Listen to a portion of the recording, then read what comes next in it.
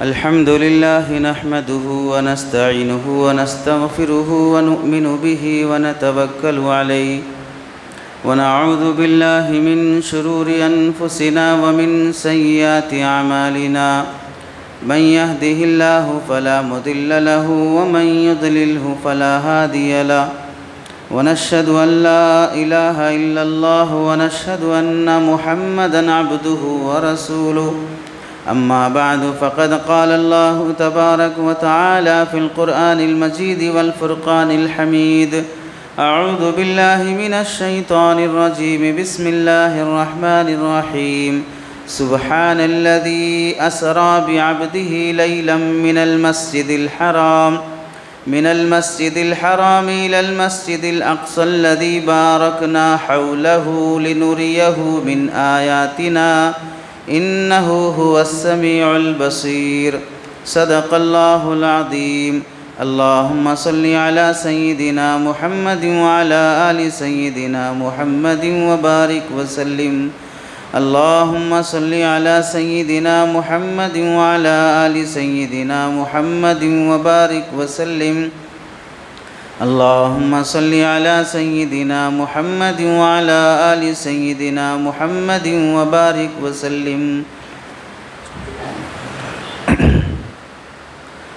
میرے محترم عزیزوں، بزرگوں اور دوستوں، قرآن مجید کی آیت کی روشنی میں آپ حضرات کے سامنے شب معراج سے متعلق کچھ باتیں عرض کرنی ہیں، اور ان میں بعض باتیں ایسی ہیں جو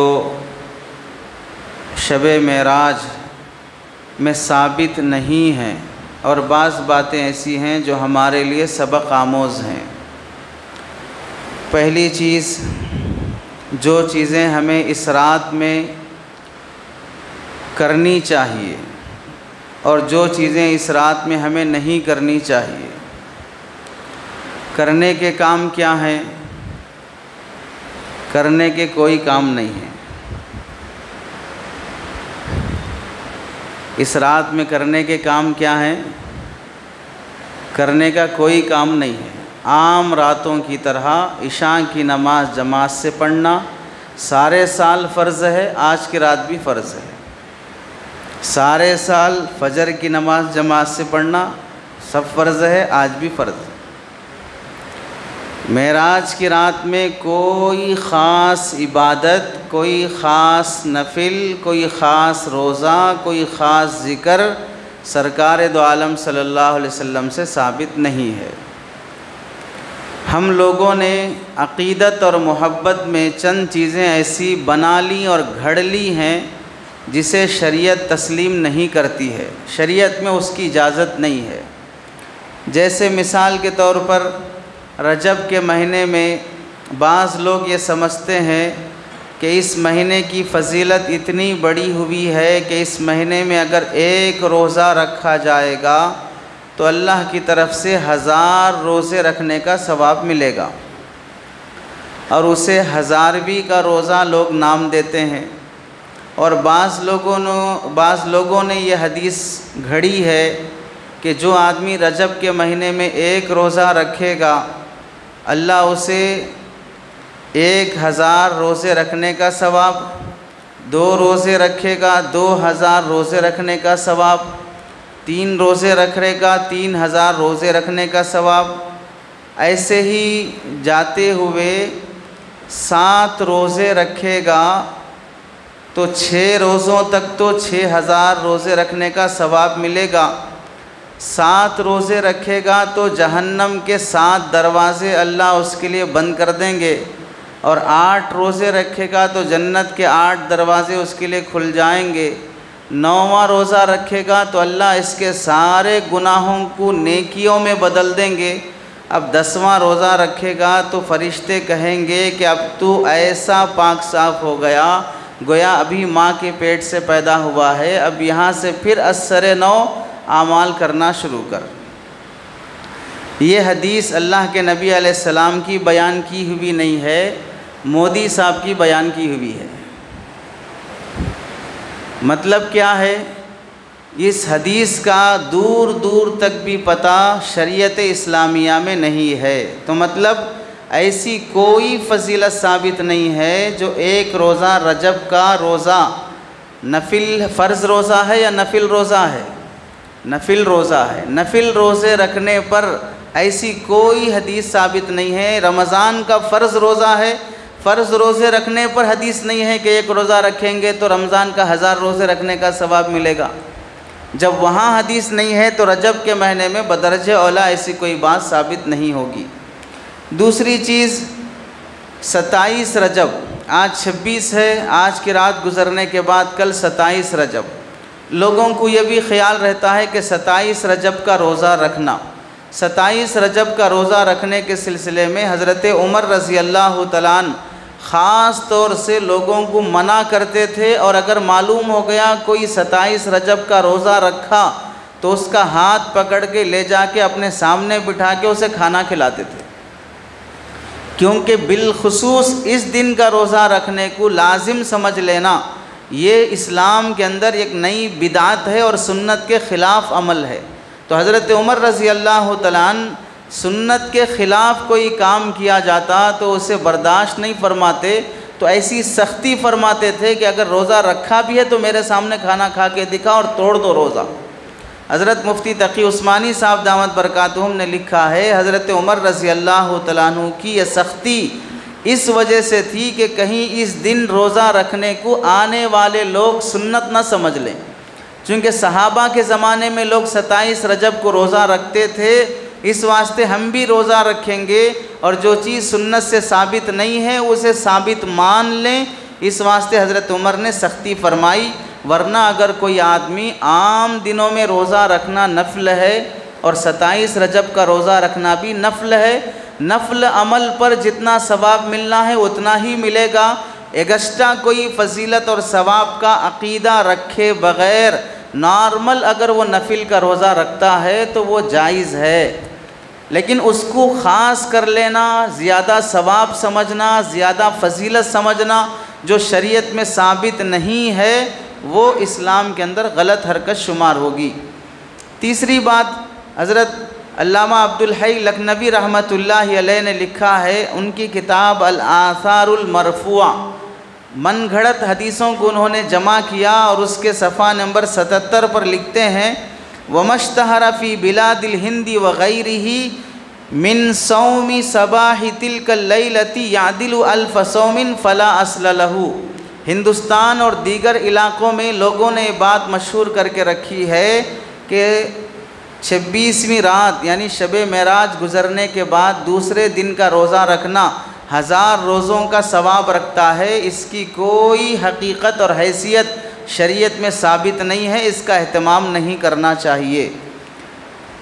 علامہ ابن حجر رحمۃ اللہ علیہ، علامہ شوکانی رحمۃ اللہ علیہ، حضرت تھانوی رحمۃ اللہ علیہ، رشید احمد گنگوہی رحمۃ اللہ علیہ، ہندوستان اور عرب کے تقریباً تمام بڑے بڑے علماء نے رجب سے متعلق جو فضیلتیں اور رجب کے متعلق جو نماز اور رجب کے متعلق جو روزوں کا عقیدہ رکھا جاتا ہے اس کو ان سب حضرات نے من گھڑت کہا ہے کہ یہ چیزیں اسلام کے اندر نئی پیدا کرنا درست نہیں ہے۔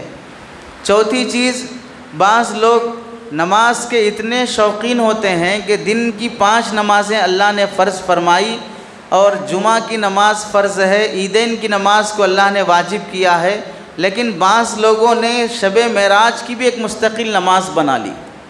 اب اس کے لیے عشاء کی نماز کے بعد کچھ دیر بیان ہوگا، فاتحہ ہوگا، پتہ نہیں کیا ہوگا، اس کے بعد پھر مستقل لوگ جماعت کے ساتھ کھڑے ہو کر معراج کی نماز کی نیت سے 2 رکعت یا 4 رکعت نفل نماز پڑھیں گے۔ اللہ کے نبی علیہ السلام معراج پر تشریف لے جانے سے پہلے کوئی نماز فرض نہیں تھی، معراج پہ جانے کے بعد نماز فرض ہوئی، معراج پر جب نماز فرض ہوئی وہ لے کر آنے کے بعد اللہ کے نبی علیہ السلام سے نماز ملنے کے شکریہ میں 2 رکعت نفل پڑھنا بھی ثابت نہیں ہے کہ اللہ کے نبی علیہ السلام اللہ تعالیٰ نے مجھے آسمانوں پر بلا کر نماز کا تحفہ دیا اس نیت سے میں جب جب سال میں یہ معراج کی رات آئے گی تو میں اس واقعے کو یاد کرتے ہوئے کہ اللہ نے گزشتہ سال اسی تاریخ کو اور اسی رات کو مجھے آسمانوں پر بلایا، جنت جہنم کی سیر کرائی، اس کے شکریہ میں 2 رکعت نفل نماز پڑھتا ہوں۔ اور صحابہ کو اللہ کے نبی نے فرمایا ہو کہ یہ رات وہ ہے جس میں اللہ نے نماز جیسا عظیم تحفہ اور نماز جیسی عظیم نعمت اور عبادت اللہ نے دی ہے، اس کے شکریہ میں تم نماز پڑھو۔ ایسی کوئی بات اللہ کے نبی نے بیان نہیں فرمائی، اور نہ صحابہ نے کیا اور اللہ کے نبی علیہ السلام نے کیا۔ کسی سے یہ نماز ثابت نہیں ہے۔ لوگ فجر میں کم رہتے ہیں، عشاء میں کم رہتے ہیں، فرض نمازوں میں نہیں رہتے ہیں۔ نمازیں زندگی میں کتنی قضا ہو گئی ہیں، اسے لوٹا لینے کی اور مرنے سے پہلے اس کا فدیہ دینے کی، مرتے وقت وصیت کر کے مرنے کی اس کی فکر نہیں رہتی ہے۔ لوگوں کو اپنی طرف سے نفل نمازیں گھڑ لینے کا شوق رہتا ہے۔ فرض نماز چھوڑ دینا، اس کی قضا نہیں کرنا وہ ایک گناہ ہے، اور نفل نماز جو شریعت میں ثابت نہیں ہے اسے پیدا کر لینا یہ بھی ایک گناہ ہے۔ فرض کو چھوڑ دینا ایک گناہ ہے، اور جو چیز ثابت نہیں ہے اسے ثابت مان لینا بھی ایک گناہ ہے۔ عورتوں میں خاص طور سے ایک رواج رہتا ہے کہ وہ ایسے عظیم راتوں میں نفل نمازیں قل کے ساتھ پڑھتی ہیں، 3 قل کے ساتھ، 4 قل کے ساتھ، 5 قل کے ساتھ، 21 قل کے ساتھ اور 100 قل کے ساتھ بھی خواتین نماز پڑھتی ہیں کہ آج کی رات میں 2 رکعت نماز پڑھے، سورہ فاتحہ کے بعد 3 مرتبہ سورہ اخلاص، سورہ فاتحہ کے بعد 21 مرتبہ سورہ اخلاص، سورہ فاتحہ کے بعد 100 مرتبہ سورہ اخلاص پڑھ کر نماز پڑھیں گے تو روزی میں برکت ہوگی، قبر کا عذاب نہیں ہوگا، فلاں چیز نہیں ہوگی۔ لوگ ایسا سمجھتے ہیں، حالانکہ فقہا نے لکھا ہے ایک ہی سورہ کو بار بار پڑھنا نماز کے اندر مکروہ ہے۔ پہلی رکعت میں بھی وہی سورہ، دوسری رکعت میں بھی وہی سورہ، تو آپ کو دوسرے سورہ یاد نہیں ہیں؟ ایک ہی سورہ کا تکرار کر کے نماز پڑھنا مکروہ ہے۔ ہاں، جن لوگوں کی قرات ایسی اعلیٰ درجے کی ہوتی ہے، نماز میں کھڑے ہونے کے بعد دنیا کیا ہے، بیوی بچے کیا ہیں، دکان تجارت کیا ہے، سب بھول گئے، آخرت اور جنت جہنم کی یاد میں لگ گئے، اور ادھر کے دھیان میں ایک ہی آیت بار بار پڑھتے جا رہے ہیں اور روتے جا رہے ہیں آخرت کی اور اللہ کی یاد میں، ان لوگوں کے لیے تو یہ گنجائش ہوگی۔ لیکن جو لوگ فضیلت ثابت نہیں ہے پھر بھی اس کا تکرار کرتے ہیں، شریعت میں ایسی نماز مکروہ ہے، یعنی ثواب کم ملے گا، اور اسے ثواب سمجھ کر پڑھیں گے تو ثواب ہی نہیں ملے گا۔ اس طرح پڑھنا ثواب ہے، اس طرح پڑھنا فضیلت ہے، سمجھ کر جو پڑھتے ہیں ان کو تو ثواب ہی نہیں ملے گا، الٹا بدعت کا گناہ ہوگا۔ حضرت امام ابو حنیفہ رحمۃ اللہ علیہ کے متعلق لکھا ہے، عشاء کی نماز پڑھنے کے لیے مسجد میں آئے، نماز پڑھ کر سب لوگ مسجد سے چلے گئے، امام ابو حنیفہ 2 رکعت نماز پڑھنے کے لیے نفل کی نیت سے رکعت باندھی، مؤذن صاحب کھڑے رہے چراغ بجھانے کے لیے کہ یہ صاحب نفل پڑھ کے چلے جائیں تو میں چراغ بجھا دوں گا۔ تو امام ابو حنیفہ رحمۃ اللہ علیہ 2 رکعت نماز پڑھتے ہوئے وَامْتَازُوا الْيَوْمَ أَيُّهَا الْمُجْرِمُونَ، کل قیامت کے دن اللہ کی طرف سے اعلان ہوگا جو لوگ مجرم ہیں وہ سب لوگ الگ ہو جائیں۔ اب دنیا میں داڑھی والے، بغیر داڑھی کے، سود خور، سود نہیں کھانے والے، جھوٹے، دھوکے باز، قرضے لے کر ڈبانے والے، زمینوں پر ناجائز قبضے کرنے والے، پراپرٹیاں ہڑپنے والے، پڑوسیوں کو تکلیف دینے والے، سب لوگ ملے جھلے بیٹھے ہیں۔ کون کتنا شریف ہے کوئی بھی نہیں جانتا، صورت سے ہر کوئی شریف لگتا ہے لیکن اندر سے کون کتنا خبیث ہے وہ اللہ جانتے ہیں، اللہ کے فرشتے جانتے ہیں۔ آج جس طرح ہم لوگ مل جل کے بیٹھے ہیں، سب کے گناہوں پہ پردہ ہے، سب کی رات کی تنہائیوں پہ پردہ ہے۔ کتنے نوجوان ہیں رات کے اندھیرے میں گندی فلمیں، گرل فرینڈ سے باتیں، x girl friend, x boy friend اور ناجائز حرکتیں، زنا کے واقعات سب کچھ ہو گئے، پھر بھی چہرے سے پتہ بھی نہیں چلتا کہ یہ شخص ایسا ہے۔ سب مجمع میں برابر بیٹھے ہوئے ہیں، کل قیامت کے دن ایسا مجمع نہیں لگے گا، ایسی بیٹھک نہیں ہوگی، چاہے کوئی کتنا بھی شریف ہو جائے، اللہ کا وہ اعلان ہونے کے بعد آج مجرم الگ ہو جائیں، نہ چاہتے ہوئے بھی آدمی کے قدم مجرموں کی صف میں جا کر کھڑے ہو جائیں گے۔ نہ چاہتے ہوئے بھی، ہم چلنا نہیں چاہتے، ہم ادھر جانا نہیں چاہتے، پھر بھی اس آواز کے لگنے کے بعد مجرم اس صف میں کھڑے ہو جائیں گے۔ تو حضرت امام ابو حنیفہ رحمۃ اللہ علیہ یہ آیت پڑھ کر روتے رہے، اسی آیت کا ورد کرتے رہے، یہاں تک کہ صبح کی اذان دینے کے لیے مؤذن پھر مسجد میں آیا اور دیکھا کہ امام ابو حنیفہ رو رہے ہیں، اور آ کر وہ سامنے کھڑا تو جلدی سے امام ابو حنیفہ 2 رکعت مکمل کر کے مؤذن سے کہنے لگے، میں بھول ہی گیا تم چراغ بجھانے کے لیے کھڑے ہیں سمجھ کر، میں ابھی بجھا دیتا ہوں۔ مؤذن نے کہا چراغ بجھانا نہیں، فجر کی اذان دینے کے لیے آیا ہوں۔ امام ابو حنیفہ کو پتہ بھی نہیں چلا کہ میں عشاء میں کھڑا تھا، فجر ہو گئی ہے، وہ یہ سمجھ رہے ہیں کہ چراغ بجھانا ہے۔ تو مؤذن نے کہا چراغ بجھانا نہیں، فجر ہو گئی ہے، صبح کی اذان دینے کے لیے آیا ہوں۔ تو ان لوگوں کی نمازیں ہوتی تھیں جو نماز میں کھڑے ہونے کے بعد پورا دھیان آخرت کی طرف رہتا۔ اللہ کے نبی علیہ السلام نماز میں کھڑے ہیں، ایک مرتبہ عشاء کی نماز پڑھاتے ہوئے مصلی پر سے تھوڑا آگے بڑھے اور ہاتھ ایسے بڑھا کر کوئی چیز لینا اور پکڑنا چاہا، پھر پیچھے آ گئے۔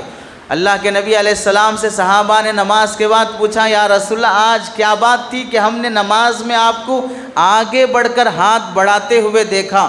تو اللہ کے نبی علیہ السلام نے فرمایا، نماز پڑھتے ہوئے قرآن مجید کی قرات کرتے ہوئے جنت کی آیتیں پڑھ رہا تھا، اتنے میں مجھے سامنے جنت نظر آئی، جنت کے پھل اور میوے نظر آئے، تو میرے دل میں خواہش ہوئی ایک میوہ میں توڑ لوں، ایک پھل میں لے لوں۔ پھر مجھے خیال ہوا وہ جنت کی نعمتیں دنیا میں نہیں دی جاتی ہیں، کہیں امت کے لیے فتنے کا سبب نہ بن جائے، پھر میں پیچھے ہٹ گیا۔ تو وہ رہتے تھے جنہیں نماز میں شروع ہونے کے بعد اللہ ہی اللہ رہتا تھا، دنیا کیا چیز ہے، یہاں کے پریشانیاں کیا چیز ہیں۔ بعض لوگ تو ایسے رہتے ہیں نماز میں بھی دنیا کا اتنا دھیان رہتا ہے، قرآن مجید کی سورہ فاتحہ اور ضم سورہ کرنے کے بجائے جو حسابات بولتے ہوئے ان کے مخصوص الفاظ رہتے ہیں، وہ الفاظ بھی زبان پہ آ جاتے ہیں، یعنی اتنا وہ دماغ پہ چڑھے رہتے ہیں کہ وہ الفاظ بھی زبان پہ آ جاتے ہیں۔ نماز میں امام غزالی رحمۃ اللہ علیہ نے لکھا ہے، ایک نوکر اپنے اونر کے ساتھ نماز پڑھنے کے لیے مسجد گیا، کپڑے کا تاجر تھا۔ اونر جب نماز پڑھ کے فارغ ہوا، سلام پھرنے کے بعد اپنے نوکر کو بلا کر کہا، ہماری دکان میں کپڑے کی ایک تھان نظر نہیں آ رہی تھی، اس کا حساب بھی لکھا ہوا نہیں تھا، اب مجھے یاد آیا وہ فلاں صاحب دکان والے وہ کپڑے کی تھان لے کر گئے ہیں اور وہ لکھائے بھی نہیں ہیں، ان کے پاس پیسہ اماؤنٹ باقی ہے، جا کر وہ لے کے آؤ۔ نوکر نے سنو، نوکر اس زمانے کے کیسے رہتے تھے، آج کے دیندار ویسے ہو جائیں تو غنیمت ہے، اس زمانے کے تھیلے کپڑے جھاڑو صاف کرنے والے کیسے رہتے تھے۔ اس نوکر نے اپنے اونر سے پوچھا کہ آپ کو کپڑوں کی یہ تھان نماز میں یاد آئی یا نماز سے پہلے یاد آئی؟ تو اونر نے کہا نہیں، نماز میں یاد آئی۔ تو نوکر نے کہا میں جا کر تھان کے پیسے لا لوں گا، آپ نماز دہرا لیجئے، اس لیے کہ آپ نماز میں نہیں تھے، آپ تھان تلاش کرنے میں تھے۔ آپ نماز میں نہیں تھے، آپ تھان تلاش کرنے میں تھے، کپڑے کی تھان کہاں چلی گئی۔ اور بعض مرتبہ چھوٹے لوگوں کی باتیں بھی دل پر اثر کر جاتی ہیں، نوکر کی وہ نصیحت اونر کے دل پر اثر کر گئی، فوراً احساس ہوا، اس نے توبہ کیا اور نوکر سے کہا آج کے بعد سے تو میرے غلامی سے آزاد ہے، آج تو نے میری آنکھیں کھول دی کہ نماز کیسے پڑھی جاتی ہے، آج تو نے میری آنکھیں کھول دی نماز کیسے پڑھی جاتی ہے۔ اور صحابہ کی زندگیوں میں بھی لکھا ہے، تابعین کی حضرت زین العابدین رحمۃ اللہ علیہ، حضرت علی رضی اللہ تعالیٰ عنہ کے بیٹے حضرت حسین رضی اللہ تعالیٰ عنہ کے بیٹے حضرت علی زین العابدین، ان کے متعلق لکھا ہے نماز پڑھنے کے لیے کھڑے ہوئے، گھر کی چھت پر سانپ تھا، وہ سانپ گر گیا، بچے کو لپٹ لیا، گھر میں چیخیں ہونے لگیں اور لوگ بچانے کے لیے دعوت دینے لگے، پکارنے لگے، یہ اپنی نماز میں کھڑے ہیں۔ اور ایک جگہ لکھا ہے کہ گھر میں چراغ گر گیا، اور اس زمانے میں کپڑے اور گھاس کے گھر بنائے جاتے تھے تو وہ گھر کو لگ کر چراغ کی وجہ سے گھر میں آگ لگ گئی اور یہ نماز میں کھڑے ہیں. لوگ آئے، پانی ڈال کر بجھایا، بچے کو بچایا. اس کے بعد ان کو آ کر جب یہ نماز سے فارغ ہو گئے تو کہنے لگے گھر کو آگ لگ گئی اور آپ کو پتہ تک نہیں ہے کیا ہوا ہے. پوچھ رہے ہو کہ کیا ہوا گھر میں. تو علی زین العابدین رحمۃ اللہ علیہ نے فرمایا نماز میں کھڑا تھا، جہنم کی آیتیں تلاوت کر رہا تھا تو جہنم کی آگ کا خوف اتنا تھا دنیا کی آگ کا پتہ بھی نہیں چلا. گھر میں آگ لگی ہے اس کا پتہ بھی نہیں چلا ہے، اور جہنم کا خوف اتنا بسا ہے کہ وہ ان آیتوں میں مگن ہے. بچے کی جان جائے گی، آگ لگنے سے خود کی جان جائے گی، اس کا پتہ تک نہیں ہے. علماء نے لکھا ہے سفر میں چند لوگ جنگل کے راستے سے گزر رہے تھے تو دیکھا نماز کا وقت ہے، سارے لوگ صف بنا کر نماز میں کھڑے ہو گئے. اچانک سامنے سے شیر آ گیا تو جن لوگوں کو جان بچانی تھی وہ نماز توڑ کر جہاں بھاگ سکتے تھے، جھاڑ چڑھ سکتے تھے، جیسے ہو سکتا تھا انہوں نے اپنی جان بچانے کی کوشش کی. ایک صاحب نماز میں کھڑے ہیں، شیر آیا، ان کے چکر لگایا اور اس کے بعد چلا گیا. نماز کے بعد ساتھی سب بھاگے ان کے پاس آئے اور پوچھنے لگے کہ تمہیں ڈر نہیں لگا نماز میں کہ شیر آ گیا تھا؟ تو ان کا جواب یہ تھا اللہ کے سامنے کھڑے ہو کر غیر اللہ سے ڈرتے ہوئے مجھے شرم آتی ہے. اللہ کے سامنے کھڑے ہو کر غیر اللہ سے ڈرتے ہوئے مجھے شرم آتی ہے. اب یہاں دیکھ لو ان لوگوں کا دھیان کیسے رہتا تھا، سامنے شیر بھی آ جائے تو بھی نماز میں ڈسٹرب نہیں ہوتا تھا. اور ہمارا حال یہ ہے کہ ہماری کوئی نماز ایسی نہیں گزرتی ہوگی جس میں ڈسٹرب نہ ہوتا ہو.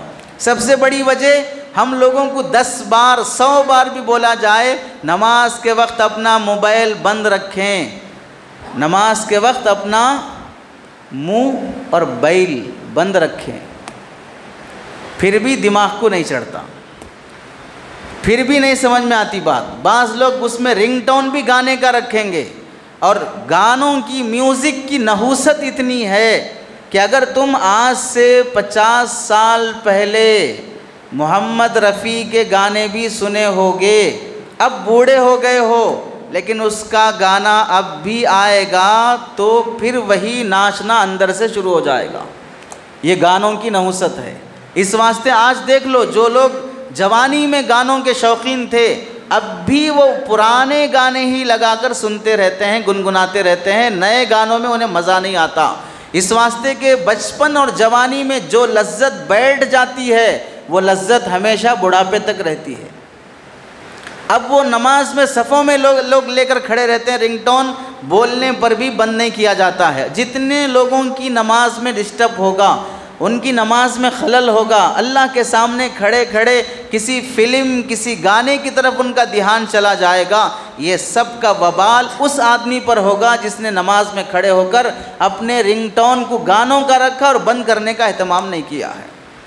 نماز کے لیے تیاری کرنے کا مطلب یہ ہوتا ہے کہ نماز میں ڈسٹرب کرنے والی تمام چیزوں کو چھوڑ کر آئیں اور یکسوئی سے نماز ادا کی جائے. تو بات یہ چل رہی تھی کہ شب معراج سے متعلق کوئی نفل نماز ایسی ثابت نہیں ہے جس میں 4 قل 100 قل 50 قل کے ساتھ نمازیں پڑھی جائیں. معراج کون سے سال میں ہوئی ہے؟ اللہ کے نبی علیہ السلام نبی بننے کے بعد سے لے کر دنیا سے پردہ فرمانے تک کون سے سال، نبی بننے کے پہلے سال، نبی بننے کے دوسرے سال، نبی بننے کے تیسرے سال، کون سے سال میں معراج ہوئی ہے؟ اس سلسلے میں علامہ ابن حجر رحمۃ اللہ علیہ فتح الباری میں لکھا ہے کہ اس بارے میں علماء کے محققین کے 10 قول ہیں، 10 رائے ہے. کوئی محدث یہ فرماتے ہیں کہ نبی بننے کے پہلے سال معراج ہوئی، کوئی یہ بولتے ہیں نبی بننے کے دوسرے سال معراج ہوئی، کوئی یہ بولتے ہیں نبی بننے کے تیسرے سال معراج ہوئی. کون سے سال میں معراج ہوئی ہے یہ بھی طے نہیں ہے. کون سے مہینے میں معراج ہوئی ہے اس سلسلے میں 8 قول ہیں. رمضان میں ہوئی، رجب میں ہوئی، ربیع الاول میں ہوئی، ذی قعدہ میں ہوئی، ربیع الثانی میں ہوئی. اس طرح کے 8 قول ہیں. رجب کے مہینے میں ہی معراج ہوئی ہے یہ قول نہیں ہے، 8 قول ہیں محدثین کے. تیسری بات کون سی تاریخ میں ہوئی ہے؟ 26 رجب کو ہوئی ہے، 20 رجب کو ہوئی ہے، 9 ربیع الاول کو ہوئی ہے، کون سی تاریخ میں ہوئی ہے؟ اس متعلق محدثین کے 9 قول ہیں کون سی تاریخ میں ہوئی ہے۔ کون سے دن ہوئی ہے؟ اس متعلق محدثین کے 3 قول ہیں، جمعہ کی رات کو ہوئی معراج، ہفتے کی رات کو ہوئی معراج، پیر کی رات کو ہوئی معراج، 3 قول ہیں۔ اور کہاں سے ہوئی؟ مکے میں اللہ کے نبی علیہ السلام کے گھر سے ہوئی، ام ہانی کے گھر سے ہوئی، کعبۃ اللہ کے پاس سے ہوئی، کہاں سے معراج ہوئی؟ اس سلسلے میں 5 قول ہیں محدثین کے۔ تو اب کیا مطلب ہوا؟ نہ سال طے، نہ مہینہ طے، نہ تاریخ طے، نہ دن طے، نہ جگہ طے۔ تو پھر رجب کے مہینے میں رجب کے مہینے میں اسی تاریخ کو معراج منانا، جیسے آج ہم لوگ کر رہے ہیں، جگنے کی رات اور عظیم رات اور شب معراج کے نام سے مختلف علاقوں میں لوگ جو جمع ہوئے ہیں، اسی دن متعین کرنے کی وجہ کیا ہے؟ کیوں لوگ اسی دن کرتے ہیں؟ اس کا جواب آپ لوگ دیں گے۔ اس واسطے کہ شریعت میں اس دن کی تعینی نہیں ہے، آپ لوگ جمع ہوئے بول کے ہم آئے۔ اب آپ لوگ یہ نہیں بول سکتے کہ آپ آئے بول کے ہم جمع ہوئے، ہم آئے اس واسطے کہ یہ بولنے کے لیے کہ آج جمع نہیں ہونا ہے بول کے، ہم یہ بولنے کے لیے آئے کہ آج کی رات معراج کی رات ہے بول کے متعین نہیں ہے، یہ بولنے کے لیے آئے ہیں۔ چونکہ لوگوں اور آپ قابل تعریف ہیں اس بات پر کہ بہت سے مسجدوں میں بہت سے عوام ایسی ہیں، وہ سالوں سے خاص راتوں میں معراج مناتے ہوئے آتے ہیں۔ اگر ان کو بولا جائے آج کی رات معراج حدیث سے ثابت نہیں ہے، جمع ہو گئے اس واسطے کوئی دین کی بات ہو جائے گی، وہ الگ مسئلہ ہے، لیکن آج کی رات کو متعین کر لینا یہ غلط ہے، تو بعض لوگوں کو برداشت نہیں ہوتا۔ اور آپ لوگ سنتے ہیں تو اس کا مطلب یہ ہے کہ حق بات سننے کا آپ کے اندر مزاج ہے، صحیح بات سننے کا جذبہ ہے، اور آدمی حق پر تب تک رہتا ہے جب صحیح بات سننے کے بعد اسے قبول کر لے۔ فَبَشِّرِ الْعِبَادِ الَّذِينَ يَسْتَمِعُونَ الْقَوْلَ فَيَتَّبِعُونَ أَحْسَنَهُ، اللہ فرماتے ہیں کہ بندوں کو خوشخبری سنا دو، الَّذِينَ يَسْتَمِعُونَ الْقَوْلَ، جو سچی بات سنتے ہیں، فَيَتَّبِعُونَ أَحْسَنَهُ، اور اچھی بات کی پیروی کرتے ہیں، مخالفت نہیں کرتے، فالتو باتیں نہیں کرتے ہیں۔ ایسے لوگ اللہ کی طرف سے خوشخبری کے لائق ہیں، مبارکبادی کے قابل ہیں۔ اللہ کے نبی علیہ السلام معراج کا جو واقعہ ہے، نبی علیہ السلام کے معجزات میں بہت اہم معجزہ ہے، بہت بڑا معجزہ ہے۔ اب سوال یہ ہوتا ہے کہ اتنا بڑا معجزہ، اتنا اہم معجزہ کون سی رات میں پیش آیا، کون سے دن پیش آیا، کون سے مہینے میں پیش آیا؟ کیوں صحابہ اسے محفوظ نہیں رکھے؟ صحابہ اللہ کے نبی علیہ السلام کے گھوڑوں کے نام یاد رکھے، اونٹنیوں کے نام یاد رکھے، تلوار کا نام یاد رکھے، نبی علیہ السلام کے اٹھنے بیٹھنے کو یاد رکھے، سنتوں کو یاد رکھے، کھانے کی، پینے کی، سواری کی، ہر عمل صحابہ یاد رکھے ہیں۔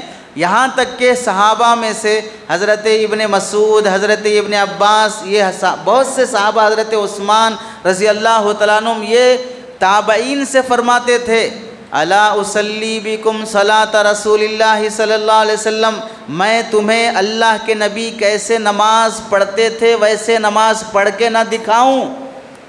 اور نماز ویسے پڑھ کے دکھاتے تھے جیسے نماز اللہ کے نبی نے پڑھا ہے۔ اور پھر فرماتے تھے میری آنکھیں دیکھ رہی ہیں اللہ کے نبی کیسے رکوع کرتے تھے، کیسے سجدہ کرتے تھے، وہ مجھے ابھی وہ منظر آنکھوں میں مجھے یاد ہے، تازہ ہے ابھی بھی مجھے۔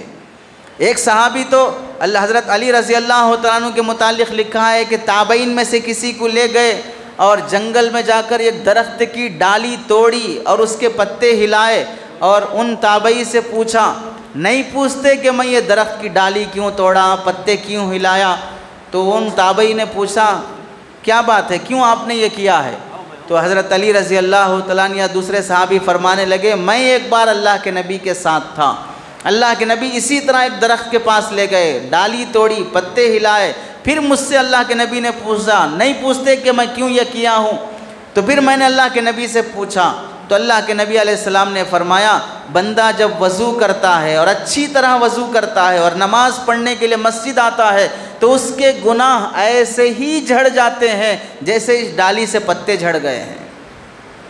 تو صحابہ نبی کی نماز، نبی کا وضو، ہر چیز کر کے دکھاتے تھے، اور یہ فرماتے بھی تھے کہ میرے ذہن میں، میرے آنکھوں میں وہ منظر ابھی بھی محفوظ ہے۔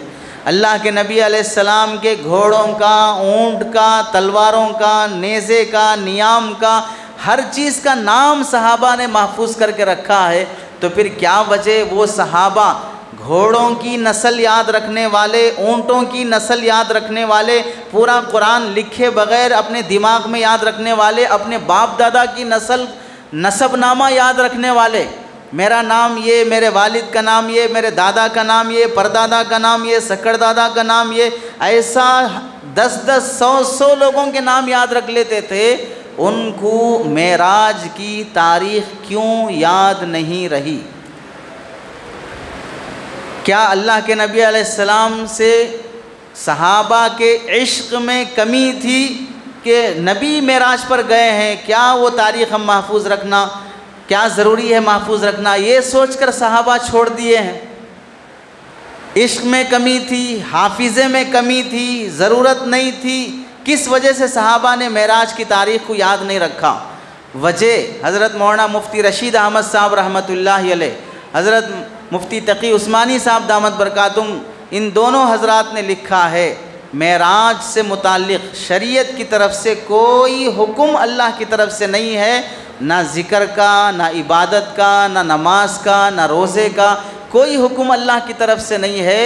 اور اللہ کے نبی علیہ السلام معراج ہونے کے بعد جتنے سال زندہ رہے، ان سالوں میں بھی اللہ کے نبی نے کبھی بھی یہ میرے معراج کا دن ہے، اس سال معراج ہوئی تھی، صحابہ کو جمع کیا ہو، نماز پڑھی ہو، بیان کیا ہو، ایسا اللہ کے نبی علیہ السلام نے کچھ نہیں کیا۔ اس واسطے صحابہ نے بھی یاد نہیں رکھا، جب اس دن کے لیے نہ کوئی نماز ہے، نہ کوئی ذکر ہے، نہ کوئی روزہ ہے، نہ کوئی تلاوت ہے، اور نہ اللہ کے نبی نے کچھ ہمیں کرنے کو بتایا ہے، تو پھر یہ تاریخ یاد رکھ کے کیا فائدہ؟ چونکہ صحابہ اس کو یاد رکھتے ہیں جس سے شریعت کا کوئی حکم متعلق ہو، اور اللہ ان باتوں کو یاد رکھاتا ہے صحابہ کے جو باتیں عشق سے متعلق ہوں یا جو باتیں عمل سے متعلق ہوں۔ اس واسطے صحابہ نے آج کے دن کو اور آج کی تاریخ کو یاد نہیں رکھا۔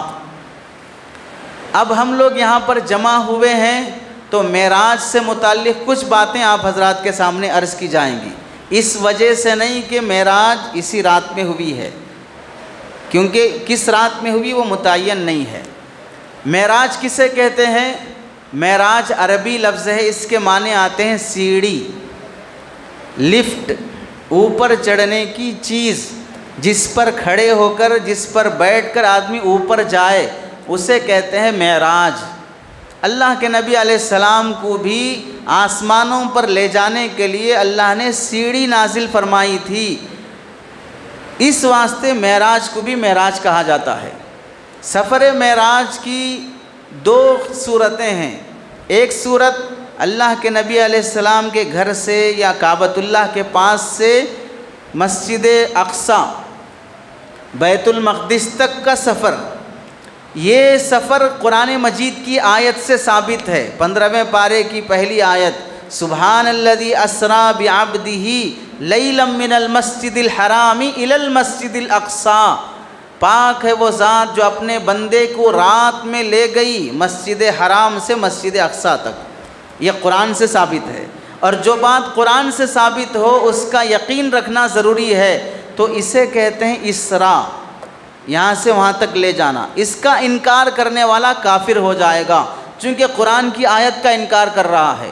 مسجد اقصی سے پھر 7 آسمانوں تک لے جانا، یہ قرآن سے ثابت نہیں ہے، یہ حدیثوں سے ثابت ہے، اور حدیثوں سے جو بات ثابت ہو اس کا انکار کرنے والا گنہگار اور فاسق ہوگا، کافر نہیں ہوگا۔ من جملہ یہاں مسجد حرام سے مسجد اقصی تک کا سفر اسراء ہے، اور مسجد اقصی سے آسمانوں کا سفر وہ معراج ہے، لیکن پورے سفر کو بھی معراج کا سفر کہہ دیا جاتا ہے۔ مسلمانوں کی ذمہ داری یہ ہے کہ عقیدہ رکھنا چاہیے کہ اللہ کے نبی علیہ السلام ہم اپنے جسم اور اپنے روح کے ساتھ زندہ ہونے کی حالت میں، خواب میں نہیں، نیند میں نہیں، بیداری کی حالت میں جسم اور روح کے ساتھ ایک ہی رات میں آسمانوں کی سیر کر کے آئے ہیں۔ ایسا عقیدہ رکھنا مسلمانوں کے لیے ضروری ہے۔ ایسا نہیں کہ خواب میں تھے، خواب میں اللہ کے نبی جنت دیکھے، جہنم دیکھے، ان کا جسم اطہر اللہ کے نبی علیہ السلام کا یہیں تھا، ایسا سوچنا جائز نہیں ہے، ورنہ پھر معراج کوئی کمال کی بات نہیں ہوگی۔ خواب میں آپ لوگاں بھی کیا کیا نہیں دیکھتے ہیں، ہوا میں اڑتے ہیں، فلیٹ میں جاتے ہیں، سمندر پہ چلتے ہیں، آگ میں کودتے ہیں، بہت سے چیزیں دیکھتے ہیں۔ حکایت اللطیف فارسی کی ایک کتاب ہے، اس میں ایک آدمی خواب دیکھا، اس کا تذکرہ ہے۔ کیا خواب دیکھا؟ ایک آدمی سو گیا، وہ آپ لوگ نہیں ہیں، دوسرے آدمی ہیں، آپ لوگوں کا خواب نہیں بول رہا، آپ لوگاں تو اچھے خواب دیکھیں گے، یہ جو شخص ہے دوسرا آدمی ہے۔ وہ خواب دیکھا، کیا خواب میں دیکھا شیطان سامنے آیا ہے اور اس کی داڑھی بھی ہے۔ تو جب اس نے دیکھا شیطان سامنے ہے تو اس کے دل میں خیال آیا کہ یہی ہے جو ہم سب کو گمراہ کرتا ہے، اس کی وجہ سے ہم لوگ فلم دیکھتے ہیں، اس کی وجہ سے سود کھاتے ہیں، اس کی وجہ سے جھوٹ بولتے ہیں، اس کی وجہ سے جھگڑے ہوتے ہیں، سارے فتنوں کی جڑ یہی شیطان ہے۔ یہ سوچ کر وہ شیطان کو پکڑا اور پکڑ کے خوب مارنے لگا۔ مارتے مارتے جب 1 2 4 مارا اور پھر مارتے رہا، مارتے مارتے ایک تھپڑ تھوڑا زور سے لگ گیا تو فوراً نیند سے بیدار ہو گیا، تو دیکھا اس کی ہی داڑھی اس کے ہاتھ میں تھی اور اپنے ہی کو مار رہا تھا۔ مطلب کیا تھا؟ کاما دن میں شیطانوں کے کرے، رات میں خواباں بھی شیطانوں کے ہی پڑے، تو اپنے آپ کو ہی مار لے رہے ہیں۔ بہت سے لوگوں کا مزاج ہے، مول صاحبوں سے 2 باتیں اہتمام سے پوچھتے ہیں۔ ایک بات ہے بچوں کے نام، پیدا ہونے سے پہلے ہی پوچھتے، 5 نام لڑکے کے، 5 نام لڑکی کے، کون ٹپکتا نہیں معلوم، آپ نام بتا دیجئے، پیدا ہونے سے پہلے پوچھ لیں گے۔ اور اس نام میں بھی سب سے پہلے خود گوگل پہ سرچ کر کے آ جائیں گے، 1 سے 4 نام گوگل پہ سرچ کر لیں گے، پھر بھی مول صاحبوں کو تنگ کریں گے، آپ بتائیے کوئی نام۔ مول صاحب 10 نام بھیجنے کے بعد بھی کوئی نام پسند نہیں آئے گا، پھر بھی بولیں گے اچھا نام بتائیے، نیا نام بتائیے، کوئی نیا نام ہونا چاہیے۔ ایک صاحب کو ایسے ہی شوق تھا نئے نام رکھنے کا، ان کو پہلا بیٹا پیدا ہوا تو اس کا نام رکھا احتشام، دوسرا بیٹا پیدا ہوا تو اس کا نام رکھا احترام، تیسرا بیٹا پیدا ہوا اس کا نام رکھا احتلام، چونکہ ان کو شوق ہے نئے نام رکھنے کا۔ تو ایک تو مول صاحبوں سے یہ پوچھتے ہیں، پوچھنا چاہیے، ہم منع نہیں کرتے ہیں، لیکن 1 نام 2 نام 3 نام بول دینے کے بعد اس میں سے طے کر لینا چاہیے۔ 10 نام بھیج دینے کے بعد بھی پسند نہیں آیا، اماں کو پسند نہیں آیا، ان کی نانی کو پسند نہیں آیا، فلاں کو پسند نہیں آیا، آخر میں گھما پھرا کے جو نام نانی یا خالہ کوئی بھی دیکھے رہتے وہی نام رکھیں گے، مول صاحب بتائے تو نام نہیں رکھیں گے۔ خالی پیلی کے رات کے 1 بجے فون کریں گے بچے کا نام بتاؤ، 1 بجے رات میں بچے کا نام پوچھنا ضروری ہے، صبح نہیں پوچھ سکتے، پیدا ہوتے ہی نام رکھنا ضروری ہے۔ بعض لوگوں کا یہ بھی گمان رہتا ہے، یہ بھی عقیدہ رہتا، پیدا ہونے کے بعد کان میں اذان دیتے وقت ہی ایک نام پکار دینا، نہیں پکارے تو بھی ایک ٹینشن رہتی۔ ایسا کوئی بات ہے ہی نہیں شریعت میں، اذان ایک کان میں، اقامت ایک کان میں ہے، بس اتنی بات ہے، کان میں نامہ پکارنا شریعت میں ثابت نہیں ہے۔ اور بعض لوگ ایسا بھی سوچتے ہیں کہ جو اذان کے ٹائم پہ نام پکارے اب وہی نام رہنا، پھر بدل نہیں سکتے، بدلے تو پھر پوچھیں گے بدلے تو کچھ ہو جاتا کیا؟ کچھ بھی نہیں ہوتا، پہلا نام جا کے دوسرا نام آتا، کیا ہوگا اس کے علاوہ؟ تو ایک تو نام اہتمام سے پوچھتے ہیں، دوسرا کام لوگ خواب بہت اہتمام سے پوچھتے ہیں، خواب بہت اہتمام سے پوچھیں گے، ایسا خواب دیکھا ویسا خواب دیکھا، تعبیر بتائیے۔ دیکھیے ہماری زندگی میں احکامات کا تعلق ہماری ریئل لائف سے ہے، جاگنے والی زندگی سے ہے۔ سونے کے بعد تو شریعت کا حکم یہ ہے کہ یہ مرفوع القلم ہے، نیند کی حالت میں اگر وہ آدمی کچھ بڑبڑا بھی دیا، اپنی بیوی کو طلاق بھی بول دیا، کسی کو لات بھی مار دیا، پھر بھی اس پر کوئی جرمانہ نہیں ہوگا، طلاق واقع نہیں ہوگی، اس واسطے کہ نیند میں بول رہا ہے۔ تو نیند کا کوئی اعتبار ہی نہیں ہوتا ہے۔ اب اس میں آدمی کوئی خواب دیکھ کے آیا ہے، ایک صاحب آپ کے ہی علاقے کے ہیں، ایک صاحب کو پیسے دینا باقی تھا، تو ان کی بیوی استخارہ کری اور خواب دیکھی، خواب میں ان کو فرشتے یہ دکھائے کہ پیسے نہیں دینا بول کے۔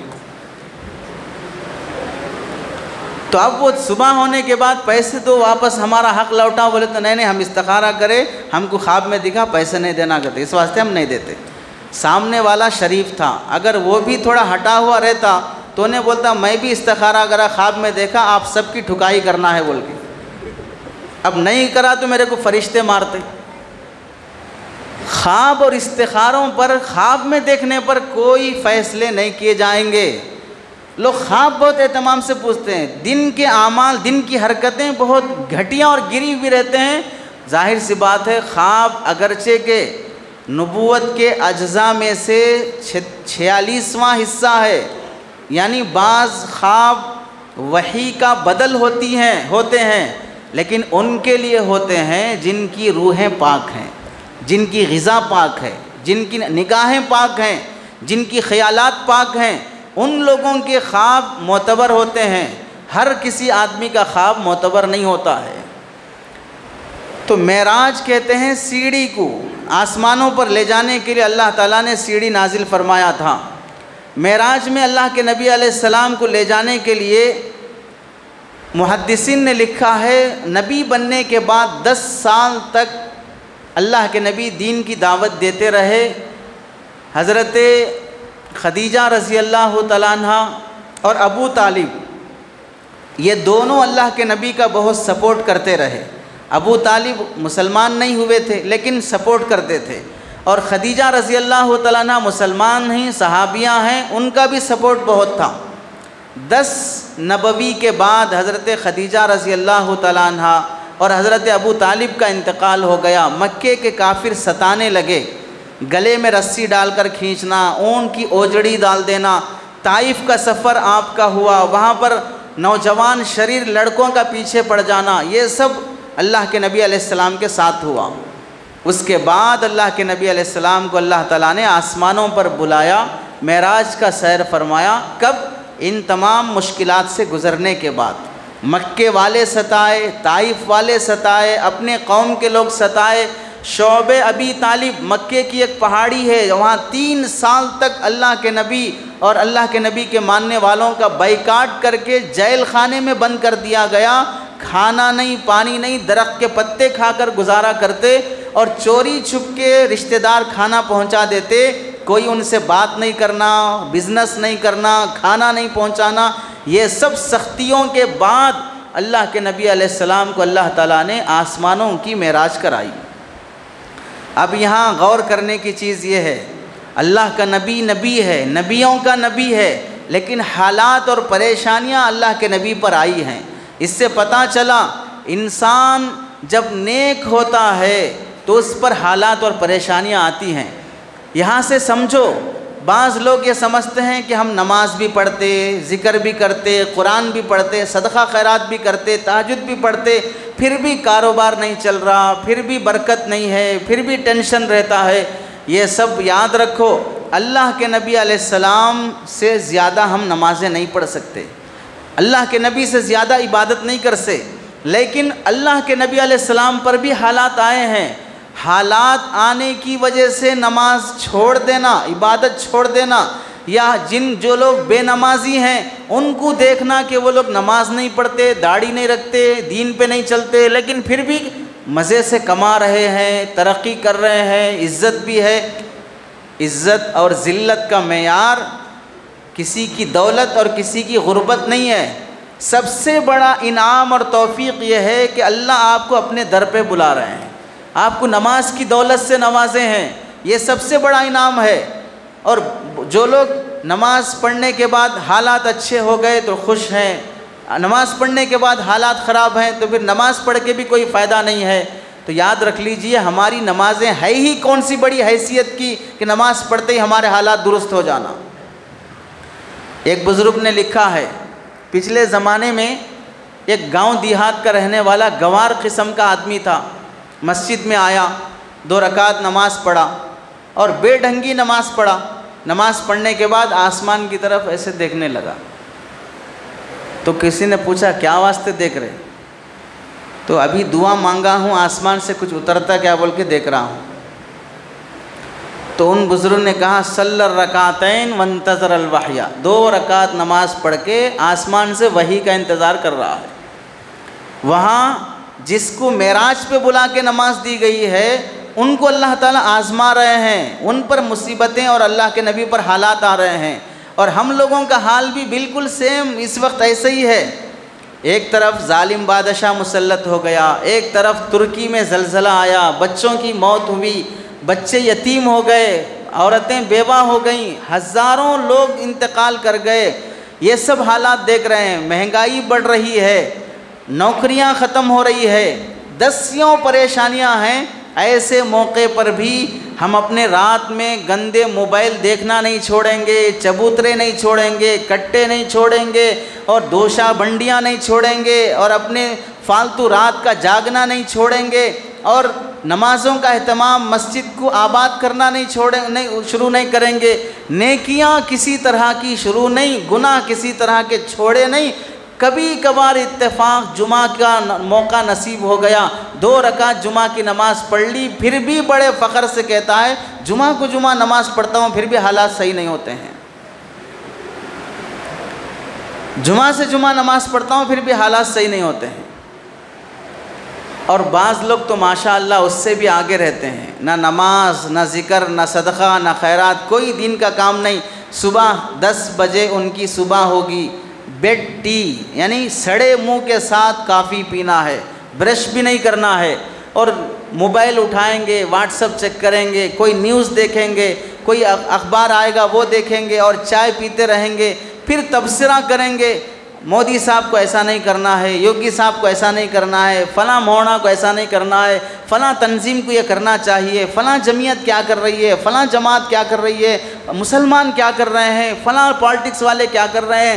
یہ سب تبصرے کریں گے، موبائل بند کر دیں گے، اور اس کے بعد انقلاب زندہ باد. حالات بدل جائیں گے. ان کی چائے کی چسکے پر، ان کے واٹس ایپ کے چیٹنگ پر ہی حالات بدل جائیں گے. سب کو کیا کرنا چاہیے یہ جناب فرمائیں گے، ان کو کیا کرنا چاہیے حضرت اسرائیل فرمائیں گے. ان کو کیا کرنا چاہیے اس کا احساس نہیں ہے. مجھے کیا کرنا چاہیے، میری ذمہ داری کیا ہے. ہمارے اکابر علماء 60 65 70 سال کے ہو گئے، پیٹ کا مرض ہے، کینسر کا مرض ہے، گھٹنوں کا مرض ہے، کمر کا مرض ہے، بیٹھ نہیں سکتے، کھانا ہضم نہیں ہوتا. اس کے باوجود بھی یہ اکابر اللہ والے رات رات سفر کرتے ہیں، لوگوں کے مشوروں اٹینڈ کرتے ہیں، لوگوں کی رہبری کرتے ہیں، فکریں کرتے ہیں، تہجد میں اٹھ کے دعائیں مانگتے ہیں. بڑھاپے کی عمر میں جو ہو سکتا ہے ان اکابر علماء سے وہ کر رہے ہیں. لیکن ہم لوگوں کا حال یہ ہے کہ ہم جوان ہو کر جو کر سکتے تھے وہ کرنے تیار نہیں ہیں. جن لوگوں کی جوانیاں ختم ہو گئی، بڑھاپا آ گیا، ان سے ہم سوال کرتے ہیں کہ ہمارے علماء کیا کر رہے ہیں، ہمارے اکابر کیا کر رہے ہیں. آپ سے کیا ہو سکتا ہے وہ کر کے دکھائیے. آپ ایک بیوہ بہن کا سہارا بن سکتے ہیں، آپ اپنے محلے میں مکتب قائم کر سکتے ہیں، آپ اپنے محلے کی خواتین کو ڈاگرا اسکیم پر سودی کاروبار میں مبتلا ہو کر غیروں کا بستر بن رہی ہیں، ان کو سود سے بچا کر ان کو جائز اور قرض حسنہ دے سکتے ہیں. آپ کے محلے میں مسلم اسکول قائم ہو سکتی ہے. آپ کے نوجوان رات دیر دیر تک کٹے چبوترے آباد کر کے لوگوں کی نیند برباد کر رہے ہیں، کرکٹ کھیل کر، پتنگ پلا کر، دوسروں کو گھروں اور چھتوں پر چڑھ کر دوسرے بہو بیٹیوں کی عزتوں کو دیکھ رہے ہیں. یہ سب آپ بند کر سکتے ہیں. کیا آپ کر سکتے ہیں وہ نہیں کریں گے، کیا دوسرے کر سکتے ہیں اس پر ہم تبصرہ کریں گے، اس پر ہم کمنٹ کریں گے. ہم ایک میٹھا بول اپنی ماں سے نہیں بول سکتے، اپنے باپ کا سر نہیں دبا سکتے، پیر نہیں دبا سکتے، اپنی بیوہ بہن کی خدمت نہیں کر سکتے، اپنے پڑوسیوں کے ساتھ اچھے اخلاق سے نہیں رہ سکتے. یہ کام ہم نہیں کر سکتے ہیں. ہاں کسی مولانا کے بیان پر کمنٹس ہم کر سکتے ہیں، فالتو کمنٹس کر سکتے ہیں. ہم کسی تنظیم اور کسی جماعت اور کسی تحریک کے بارے میں اول فول بک سکتے ہیں، لیکن اپنی زبان ہم سیدھی نہیں کر سکتے، اپنے خاندان کا ہم خیال نہیں رکھ سکتے. تو بتائیے جو قوم خود سو رہی ہو، غفلت میں ہو، جنہیں بیدار ہونے کا خوف اور شوق بھی نہیں ہے کہ زلزلے کیسے آ رہے ہیں، کیسے مر رہے ہیں، کیسے دفن ہو رہے ہیں، کیسے حالات ملکوں میں آ رہے ہیں، اس کا کوئی احساس نہیں ہے۔ بتائیے آپ میں سے کون شخص ایسا ہے جس نے ترکی کے زلزلے کا ویڈیو نہ دیکھا ہو، جس نے ملبوں کے نیچے بچے دبے ہوئے تڑپتے ہوئے نہ دیکھا ہو، جس نے عورتوں کی وہاں پر رونے اور چیخنے چلانے کی ویڈیوز نہ دیکھے ہوں، جس نے وہاں پر لوگوں کے خون میں لدے ہوئے اس کے باوجود بھی شہادت اور کلمہ پڑھ کر جان دیتے ہوئے وہ مناظر اس نے دیکھا نہ ہو، اس سب کے باوجود بھی وہ مرد جس نے کلمہ پڑھ کر جان دیتے ہوئے ایک بیٹے کو ملبے کے نیچے دیکھا ہے، اپنی اولاد کو کلمہ سکھانے کا شوق اس میں پیدا ہوا، وہ عورت جس نے ملبے کے نیچے اپنے پورے پریوار کو کھونے کے بعد بھی اپنے چہرے سے نقاب نہیں ہٹائی، آج کی بیٹیوں میں برقع اور پردے کا وہ جذبہ پیدا ہوا، وہ لوگ گھر کھوئے، زلزلے آئے، اپنوں کو کھویا، بے یار و مددگار ہو گئے، کوئی گھر نہیں، کوئی سہارا نہیں، ایک تنہا بچی بچ گئی ہے، سب موت کے منہ میں چلے گئے، ایک تنہا بیٹا بچ گیا، سب موت کے منہ میں چلے گئے، بوڑھا باپ بچ گیا ہے، سب موت کے منہ میں چلے گئے، اس کے باوجود بھی ان کی زبانوں پر اللہ کا شکر ہے، اس کے باوجود بھی ان کی زبانوں پر اللہ کا نام اور اللہ کی تکبیر ہے، اور آج پیٹ بھرے ہونے کے باوجود بھی، لاکھوں کی دولت لوٹ کے بیٹھے ہونے کے باوجود بھی کبھی شکر کا جذبہ نہیں، کبھی خدمت دین کا احساس نہیں، کبھی دوسروں کا پیٹ بھرنے کا جذبہ انسان کے اندر پیدا نہ ہوتا ہو، ایسے مردہ دل بے حس انسان بن کر جینے کا کیسے انسان کو خیال پیدا ہو سکتا ہے؟ آخر میں کس میں شمار ہوں گا، انسانوں کی صف میں یا جانوروں کی صف میں؟ جسے اپنوں کے کھونے کا، اور ایسے آنکھوں کے سامنے دنیا گلوبل ولیج بن چکی ہے، کونے کونے میں جو بھی ہوتا ہے وہ سب واٹس ایپ ویڈیو اور یوٹیوب کے ذریعے سے دیکھا جا سکتا ہے، لیکن یہ سارے واقعات ہمارے دل کو دہلانے کے قابل نہیں بن رہے ہیں، ایک قطرہ آنسوں کا نہیں بہ رہا ہے۔ فلم دیکھو ہیروؤں کے، اور وہاں اس کی ایکٹنگ دیکھو، اس کا ڈائلاگ دیکھو، اس کی ایموشنل ایکٹنگ دیکھو، اس کے بعد وہاں اسکرین پر فلم میں ہیرو رویا، یہاں دیکھنے والے سارے فینس رو رہے ہیں، وہاں ہیروئن روئی، یہاں دیکھنے والے سارے فینس رو رہے ہیں، فلمیں دیکھ کے رونا آتا ہے، ڈائلاگز دیکھ کے رونا آتا ہے، لیکن زلزلوں کا منظر، موت کے واقعات، تڑپتی لاشیں اور روتے بلبلاتی ہوئی چیخیں، یہ دیکھ کر بھی رونا نہیں آتا۔ کتنا دل کالا، سخت اور بالکل اثر اور حق کو قبول کرنے سے ناکارہ بن چکا ہے۔ امام غزالی رحمۃ اللہ علیہ نے لکھا ہے، اللہ رب العزت نے موسیٰ علیہ السلام کے واقعات میں، حضرت موسیٰ گزر رہے ہیں، ایک پتھر کو دیکھا روتے ہوئے، پوچھا کیوں رو رہا ہے؟ تو اس پتھر نے کہا اللہ نے قرآن میں فرمایا، قرآن تو اس وقت نہیں تھا، ان کی کتاب میں فرمایا وَقُودُهَا النَّاسُ وَالْحِجَارَةُ، اللہ کل جہنم دہکانے کے لیے پتھروں کا استعمال کریں گے۔ ہم لکڑیوں سے آگ جلاتے ہیں، اللہ پتھر ڈال کر آگ جلائیں گے، پتھر سے کیسے آگ نکلے گی؟ اللہ جلائیں گے۔ تو وہ پتھر رو رہا ہے کہ مجھے اللہ جہنم میں ڈالیں گے، اس واسطے رو رہا ہوں، آپ دعا فرما دیجئے جہنم میں ڈالے جانے والے پتھروں میں میں نہ رہوں۔ حضرت موسیٰ علیہ السلام نے دعا فرمائی، واپس گزرے تو دیکھا، پھر بھی واپس گزرے تو پتھر نے شکریہ ادا کیا، اور مبارکبادی حضرت موسیٰ کی طرف سے ملی کہ تیری لیے دعا قبول ہو گئی، تو ان پتھروں میں سے نہیں ہوگا۔ اسرائیلی روایات میں سے ہے۔ تو چند مہینوں کے بعد حضرت موسیٰ کا پھر ادھر سے گزر ہوا علیہ السلام، تو دیکھا پھر رو رہا ہے۔ تو حضرت موسیٰ نے پوچھا تیرے لیے تو دعا قبول ہو گئی، جہنم میں نہیں جائے گا، پھر کیوں رو رہا ہے؟ تو حضرت موسیٰ علیہ السلام نے اس پتھر سے، حضرت موسیٰ علیہ السلام سے اس پتھر نے کہا اس واسطے رو رہا ہوں کہ اس رونے کی ہی برکت سے مجھے جہنم سے نجات ملی ہے، اور جن آنسوؤں کی برکت سے جہنم سے نجات کا پروانہ ملا ہو، اب میں وہ آنسو نہیں چھوڑ سکتا، اس خوشی میں رو رہا ہوں۔ ایک پتھر کے دل، پتھر بھی نرم دل ہو سکتا ہے، پتھر سے بھی خشیت کی وجہ سے پانی نکل سکتا ہے، لیکن ہم لوگوں کا دل اتنا سخت ہے کہ اتنے سخت مناظر دیکھنے کے بعد بھی ہمارے حالات اور ہماری زندگیاں سدھرنے تیار نہیں۔ ایک گناہ چھوڑنے سے مسلمان نے توبہ کیا ہو، ایک نماز کا اضافہ کرنے سے مسلمان نے توبہ کیا ہو۔ ترکی کے ان واقعات میں ایک مسلمان کا ویڈیو آیا، وہ کہنے لگا میں 4 دن سے ملبے کے اندر دفن ہوں اور قبر میں ہوں، فرشتے آ رہے ہیں مجھ سے پوچھ رہے ہیں تیرا رب کون ہے، تیرا دین کیا ہے، یہ سب میرے منظر میں چل رہا ہے، میں سمجھ رہا ہوں اپنے آپ کو کہ میں مر چکا ہوں۔ 4 دن کے بعد اسے باہر نکالا گیا تو اس نے خوف کے مارے کہنے لگا مجھے ایسا محسوس ہوا کہ میں قبر میں ہوں، انتقال ہو گیا، فرشتے آئے اور میں اپنی زندگی میں نماز کا اہتمام نہیں کرتا تھا، اب میں دیکھ کے آیا ہوں قبر میں کیا ہوتا ہے، آج کے بعد سے میں نماز نہیں چھوڑوں گا، آج کے بعد سے میں نماز کا اہتمام کروں گا۔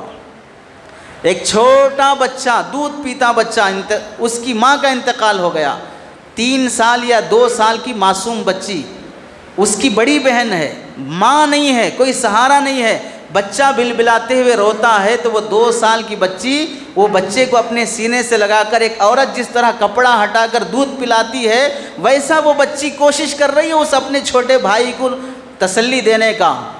اب بتائیے اس معصوم بچے پہ کیا گزر رہا ہوگا۔ اللہ نے آپ کے اور ہمارے بچوں پر وہ حالات نہیں لائے، وہ زلزلے نہیں لائے، وہ مصائب نہیں لائے۔ وہ لوگ ان مشکلات، وہ مصائب، وہ پریشانیوں میں رہ کر جتنا اپنے ایمان کو مضبوطی سے تھامے ہیں، جتنا وہ دین پر ثابت قدم ہیں، ہم پیٹ بھرے کھا کر مزے اور عیش میں رہ کر بھی اتنے سچے مسلمان نہیں بن سکتے ہیں۔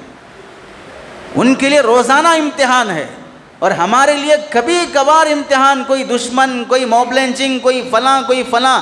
فلسطین کا مسلمان تو ہر دن ایک نیا ایمان لے کے جنم لیتا ہے، ایک نئی تازگی کے ساتھ وہ مسلمان بن کے رہتا ہے، اور ہمارے لیے ہزاروں واقعات بھی پیش آ جائیں پھر بھی کوئی خوف، کوئی احساس پیدا نہیں ہوتا ہے۔ اللہ کے نبی علیہ السلام کو لینے کے لیے حضرت جبرائیل علیہ السلام آئے، حضرت جبرائیل کو اللہ تعالیٰ نے لینے کے لیے بھیجا، حضرت جبرائیل علیہ السلام تشریف لائے، آپ گھر میں آرام فرما تھے، حضرت جبرائیل آئے، چھت کے راستے سے اللہ کے نبی کو اٹھایا، کعبۃ اللہ کے پاس لے گئے، وہاں اللہ کے نبی لیٹ گئے، سینہ چاک کیا گیا، دل نکال کر زمزم کے پانی سے دھویا گیا۔ حضرت جبرائیل آ کر اللہ کے نبی کو لے کر گئے، نبی آرام فرما رہے تھے، حضرت جبرائیل نے اٹھایا۔ کیسے اٹھایا؟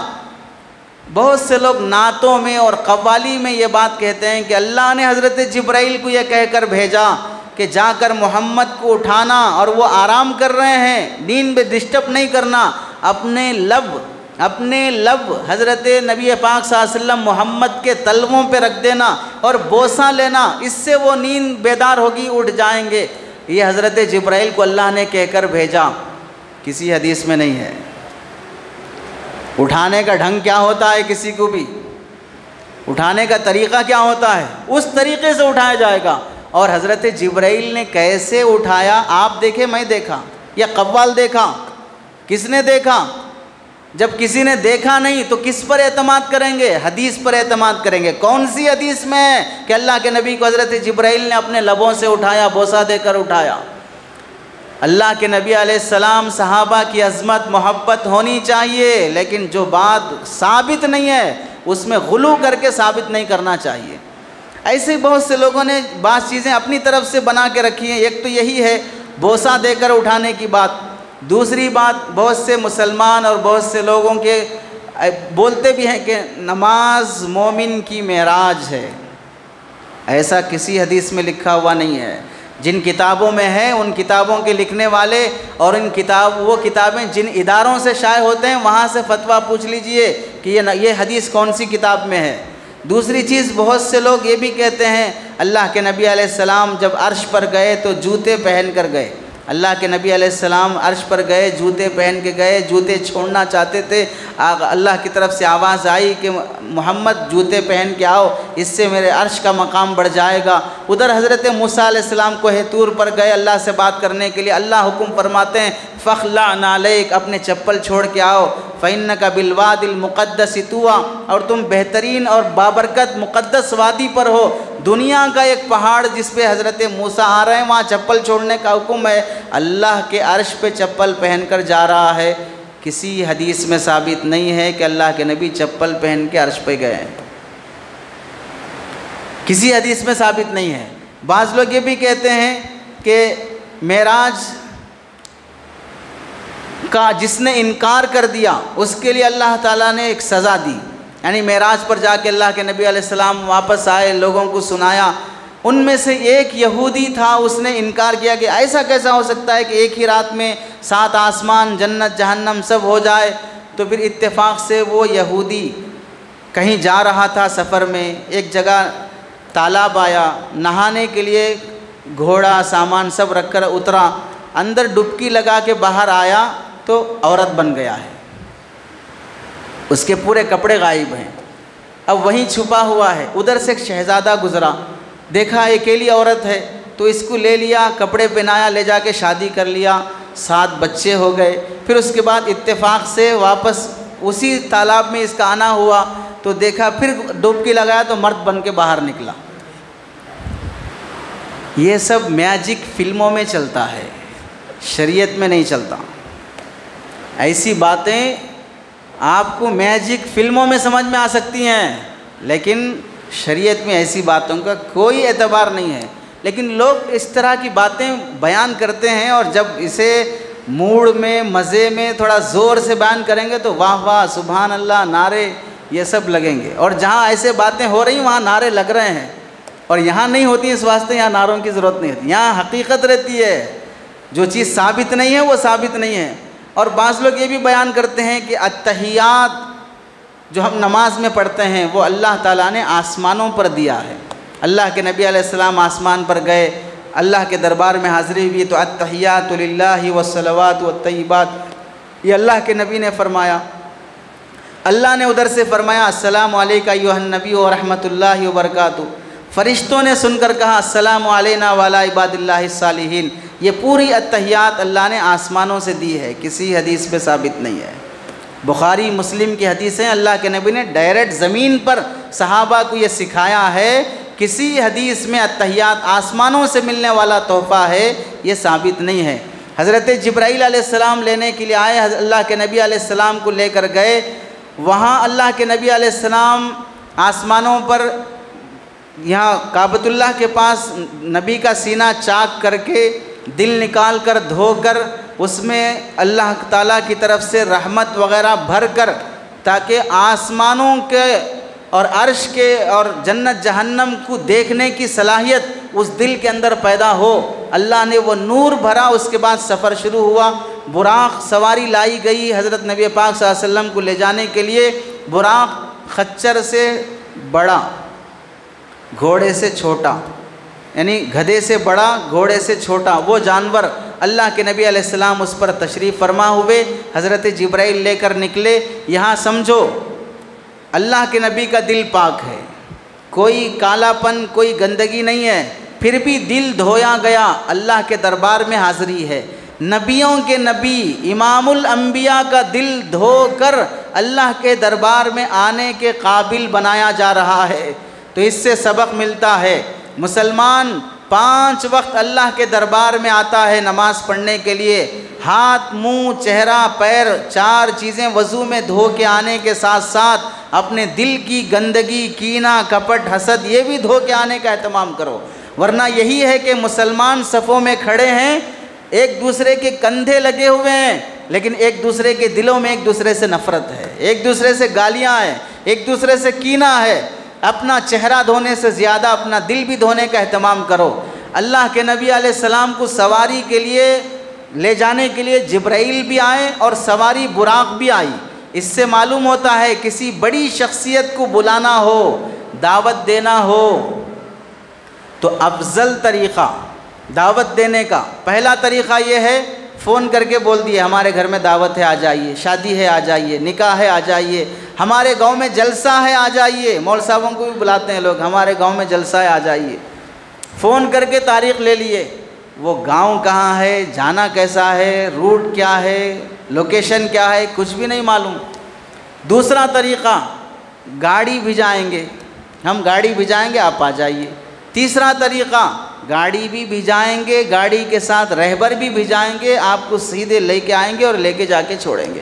اللہ کے نبی علیہ السلام کو بلانے کے لیے اللہ نے صرف وحی نازل نہیں کر دی کہ محمد آسمانوں پہ آ جائیے، یا صرف جانور کو نہیں بھیج دیا، سواری نہیں بھیج دی، بلکہ سواری بھی بھیجی اور سواری کے ساتھ رہبر حضرت جبرائیل بھی بھیجے۔ پتہ کیا چلا؟ بڑے لوگوں کو بلانے کے لیے سواری بھی بھیجی جائے اور سواری کے ساتھ رہبر بھی بھیجی جائے۔ اب لوگوں کو، بہت سے علماء کو واسطہ پڑتا ہے، لوگ بیان کے لیے، جلسے کے لیے بھی بلاتے ہیں، لوکیشن بھیج دیتے ہیں اور گوگل پہ بھروسہ کرتے ہیں۔ گوگل صاحب کبھی کبھار تو لے جا کے سیدھے جنگل میں چھوڑ دیتے ہیں، گھما گھما کے لے جاتے ہیں۔ اب پریشان لے کے چلنے والا، اور وہ صاحب جو بلا رہے ہیں اپنے گھر میں بیٹھ کے مزے سے فون دیکھ رہے ہیں، کھانا کھا رہے ہیں، مزے سے لیٹے ہوئے ہیں۔ اب ادھر سے جانے والے جو مہمان بزرگ ہیں، عالم دین ہیں، یہ پوچھ رہے ہیں ہم یہاں تک آ گئے، یہاں تک آ گئے، یہاں یہ بورڈ دکھ رہا ہے، یہاں پر یہ جھاڑ دکھ رہا ہے، یہاں پر فلاں دکھ رہے ہیں، تھوڑا اور آگے آئیے، تھوڑا لیفٹ لیجئے، تھوڑا رائٹ لیجئے۔ وہیں پلنگ پہ بیٹھ کے، چارپائی پہ بیٹھ کے، بعض تو باتھ روم میں بیٹھ کے وہیں سے لوکیشن بتاتے رہیں گے، باہر نہیں آئیں گے۔ یہ علماء اور اکابر کی شان میں بدتمیزی ہے۔ چلو ٹھیک ہے، یہاں سے 400 کلومیٹر دور، 1000 کلومیٹر دور سے کسی کو بلا رہے ہیں، بندہ بھیجیں، گاڑی بھیجیں، بلائیں، یہ مشکل ہوتا ہے۔ اتنا تو کم از کم کرنا چاہیے کہ جب فلاں شخص شہر میں، شہر کے باب الداخلہ میں داخل ہو گیا، یہاں سے اب ٹاؤن اور شہر شروع ہوتا ہے، اس کے شروع میں کوئی رہبر کھڑا ہو جائے، چونکہ اب شہر میں داخل ہونے کے بعد کون سی گلی میں جانا، کدھر جانا، آدمی کنفیوز ہو جاتا ہے، وہاں کھڑے ہو کر لینا چاہیے۔ بعض لوگ تو اتنے بھولے ہوتے ہیں، ان کے گھر کی دہلیز اور جلسہ گاہ تک پہنچنے تک وہیں سے لوکیشن اور پورا واٹس ایپ سے، فون سے لوکیشن بتاتے رہیں گے۔ یہ آنے والے علماء کی ناقدری ہے۔ اللہ کے نبی علیہ السلام کو مسجد حرام سے بیت المقدس لے جایا گیا۔ بیت المقدس میں سارے انبیاء جمع ہیں، وہاں اللہ کے نبی جو براق سے گئے تھے اس کو ایک جگہ کونے میں باندھ دیا، اور پھر مسجد میں داخل ہوئے۔ سارے نبیوں کی اللہ کے نبی علیہ السلام نے امامت فرمائی۔ اب وہاں دیکھیے، براق لے جا کر بیت المقدس میں ایک پتھر تھا جہاں سارے انبیاء بیت المقدس آتے تھے تو اس پتھر سے اپنی سواری باندھتے تھے۔ اللہ کے نبی بھی وہاں لے گئے تو حضرت جبرائیل نے سواری باندھ دی۔ آپ غور کیجئے، سواری براق، انسان وہ دنیا کا جانور ہے یا آسمانوں کا؟ آسمانوں کا جانور ہے۔ وہ دنیا میں اگر نہیں باندھیں گے تو بھاگ جائے گا کہیں، اسے معلوم ہے جرہ کہاں ہے، اسے معلوم ہے حیدرآباد کہاں ہے، کہاں بھاگے گا؟ پھر بھی حضرت جبرائیل نے وہ سواری کی رسی باندھی۔ اس سے کیا پتہ چلا؟ گاڑی پارک کر کے آنے کے بعد لاک کر کے آؤ، چپل چھوڑ کے آنے کے بعد صحیح جگہ رکھ کے آؤ، اس واسطے کہ نمازی چور نہیں ہو سکتا لیکن چور نمازی ہو سکتا ہے۔ نمازی چور نہیں ہو سکتا لیکن چور نماز کے لیے آ سکتا ہے۔ نہیں سمجھ میں آیا؟ نمازی چور نہیں ہوگا لیکن چور نماز کے لیے آ سکتا ہے، چرانے کے لیے۔ تو اپنے سامان کی خود حفاظت کرنا سیکھو، اور سامان کی حفاظت کرنا یہ توکل کے خلاف نہیں ہے۔ تم کو بھروسہ ہی نہیں ہے اللہ پر، تم گاڑی لاک کر کے جا رہے، تم کو بھروسہ نہیں اللہ پر، تم چپل وہاں چھپا کے جا رہے، ایک چپل وہاں ایک چپل وہاں رکھ کے جا رہے۔ چوروں کو بھی معلوم ہوتا ہے کہ ایک چپل یہاں رہتا دوسرا چپل کہاں رہتا ہے۔ چور کو پولیس سے زیادہ ہوشیاری رہتی ہے۔ تو ہم کو اللہ پر بھروسہ ہونے کے ساتھ ساتھ اللہ کا حکم یہ ہے کہ ہم اپنے مال کی حفاظت کریں۔ اگر ہم اپنے مال کی حفاظت کر رہے ہوں اور آپ بھروسے کی بات کرتے ہیں تو آپ اپنے دکان کو روزانہ تالا ڈال کے آتے ہیں، اللہ پہ بھروسہ نہیں ہے، کیوں تالا ڈال کے آ رہے ہو؟ کھلی چھوڑ کے آؤ۔ اپنے لاکر کو آپ لاک کرتے ہیں، کیوں کر رہے ہو؟ اللہ پہ بھروسہ نہیں ہے۔ اپنا پاسورڈ ATM سے پیسہ نکالتے وقت انہیں ہاتھ رکھ کے اندر سے کرتے ہو، اللہ پہ بھروسہ نہیں ہے، ایسے نکالو۔ جب خالی ہو جائے گا خزانہ تب اس کے بعد سمجھ میں آئے گا بھروسے کا مطلب کیا ہے۔ بہت سے لوگ توکل اور یقین کا بیان کرتے ہوئے اللہ پر یقین، اللہ پر یقین، یہ بیان کرتے ہوئے حد پار کر دیتے ہیں۔ یقین کرنا بھی ضروری ہے، یقین کے ساتھ اسباب اختیار کرنا بھی ضروری ہے۔ ایک بزرگ نے لکھا ہے، ایک نوجوان ان کے پاس آ کر بزرگ سے دعا کراتا تھا۔ کیا دعا تھی؟ بزرگ سے دعا کراتا تھا، دعا کیجئے اللہ تعالیٰ مجھے اولاد دے دے۔ یہ بزرگ دعا کرتے 1 سال 2 سال 3 سال 4 سال 5 سال، پھر پوچھے بھائی تجھے اب تک اولاد ہی نہیں ہوئی؟ تو بزرگ کو ڈاؤٹ ہوا، وہ پوچھے شادی کرا کیا؟ پوچھے نہیں ابھی شادی نہیں کرا ہوں۔ شادی کرنے سے پہلے ہی دعاؤں کی درخواست کر رہا ہے کہ اللہ مجھے اولاد دے دے۔ اب بزرگ نہیں کوئی بھی دعا کریں گے دعا تو قبول ہونے والی نہیں ہے۔ اللہ کے نبی علیہ السلام نے جہاں یقین کی تعلیم دی ہے وہیں پر اسباب اختیار کرنے کا بھی حکم دیا ہے۔ اس کے بعد جب مسجد بیت المقدس میں سارے انبیاء جمع ہوئے ہیں، حضرت آدم سے لے کر حضرت عیسیٰ علیہ السلام تک، سارے نبیوں کو معلوم تھا پہلے سے، اللہ کی طرف سے بات بتائی گئی تھی کہ اللہ کے نبی آنے والے ہیں، نماز ہوگی، سب کھڑے ہوئے ہیں۔ تو جب سب کھڑے ہیں نماز پڑھانے کے لیے امام بن کر کون آگے بڑھے گا؟ کس کے دماغ میں کیا ہوگا؟ حضرت آدم پہلے انسان ہیں، مجھے پڑھانے کا حق ہونا چاہیے۔ حضرت نوح ان کے بعد سب سے بڑے درجے والے ہیں، ان کو امام بننا چاہیے۔ حضرت ابراہیم اللہ کے نبی کے جد امجد ہیں، ان کو امام بننا چاہیے۔ ہمارے نبی سب سے آخر میں آئے ہیں، ہر نبی کی کوئی نہ کوئی فضیلت ہے، لیکن نماز پڑھانے کے لیے کوئی نبی آگے نہیں بڑھا، نماز پڑھانے کے لیے کوئی نبی آگے نہیں بڑھا۔ حضرت جبرائیل خود اللہ کے نبی علیہ السلام کا ہاتھ پکڑ کے لے جا کے آگے مصلی پہ کھڑا کیے، اور سرکار دو عالم صلی اللہ علیہ وسلم نے اس وقت انبیاء کی امامت فرمائی۔ اس سے کیا سبق معلوم ہوا؟ امام بننا ایسے موقعوں پر بہت بڑی سعادت کی بات ہوتی ہے، لیکن اس سعادت کو حاصل کرنے کی لالچ آدمی میں دل میں نہیں ہونا چاہیے۔ جیسے ہم سب لوگوں میں ایک عادت رہتی ہے، میں بھی کمیٹی کا ممبر بننا، میں بھی صدر بننا، میں بھی متولی بننا، میں بھی فلاں بننا۔ لوگ اس کے لیے بعض مرتبہ پچھلے صدر پچھلی کمیٹی پر جھوٹے الزامات لگا کر اب ایک نئی کمیٹی چلانا چاہتے ہیں عہدے پر آنے کے لیے۔ اور اللہ کے نبی علیہ السلام کے اس واقعے سے پتہ چلتا ہے کہ سارے انبیاء جمع ہیں لیکن کسی میں عہدے کی لالچ نہیں ہے، بڑا بننے کا شوق نہیں ہے۔ بعض دیندار لوگ تھوڑا بہت دین پڑھ لیے، سمجھ لیے، اللہ کے راستے کی برکت سے قرآن سیدھا ہو گیا، حافظ صاحب ہیں، مؤذن صاحب ہیں، نائب امام ہیں، پھر بھی ان کو پیچھے کر کے نماز پڑھانے کے لیے آگے آ جاتے ہیں۔ امام کے بعد مؤذن ہے نماز پڑھانے والا، نائب امام ہے نماز پڑھانے والا، وہ ہوتے ہوئے بھی عام آدمی صرف 2-4 سورے سیدھے کر لیا ہے، نماز پڑھانے کے لیے آگے آ جائے گا۔ یہ غلط طریقہ ہے، شرعاً بھی اس کی اجازت نہیں ہے۔ امام کے ہوتے ہوئے امام کے استاذ، امام کے باپ، وہ مفتی صاحب ہوں، شیخ الحدیث ہوں، تو بھی ان کو نماز پڑھانے کی اجازت نہیں ہوگی جب تک کہ امام کی اجازت نہیں ہوگی۔ تو عہدے کی لالچ ہم لوگوں میں نہیں ہونی چاہیے۔ اب آپ دیکھیں سارے انبیاء ملے، تعارف ہوا، غور کریں، ایک جگہ سارے انبیاء کی ملاقات ہوئی، پھر یہاں سے سفر شروع ہوا۔ پہلے آسمان پر حضرت آدم علیہ السلام سے، دوسرے آسمان پر حضرت عیسیٰ اور حضرت یحییٰ علیہ السلام سے، تیسرے آسمان پر حضرت یوسف علیہ السلام سے، چوتھے آسمان پر حضرت ادریس علیہ السلام سے، پانچویں آسمان پر حضرت ہارون علیہ السلام سے، چھٹویں آسمان پر حضرت موسیٰ علیہ السلام سے، ساتویں آسمان پر حضرت ابراہیم علیہ السلام سے۔ ان سب انبیاء سے ملاقات ہو رہی ہے۔ تمام نبیوں کی شریعت الگ، حضرت موسیٰ کی شریعت الگ، حضرت ابراہیم کی الگ، حضرت عیسیٰ کی الگ، ان نبیوں کی شریعت الگ ہے، لیکن ہر نبی ایک دوسرے کو استقبال کر رہا ہے۔ ہر آسمان پر اللہ کے نبی کا ویلکم ہوا، مرحباً بالنبی الصالح، مرحباً بالعبد الصالح، ہر نبی ویلکم کر رہا ہے، مرحبا، خوش آمدید، صالح نیک نبی کی آمد پر ہم مبارکبادی دیتے ہیں۔ حضرت عیسیٰ نے یہ نہیں کہا تمہاری شریعت الگ ہماری شریعت الگ، حضرت موسیٰ نے یہ نہیں کہا تمہاری شریعت ہماری شریعت الگ، تم کو اللہ بلائے جاؤ ہم یہاں پر رہیں گے، تمہیں ملنے بھی نہیں آئیں گے، تم سے مصافحہ بھی نہیں ہوگا۔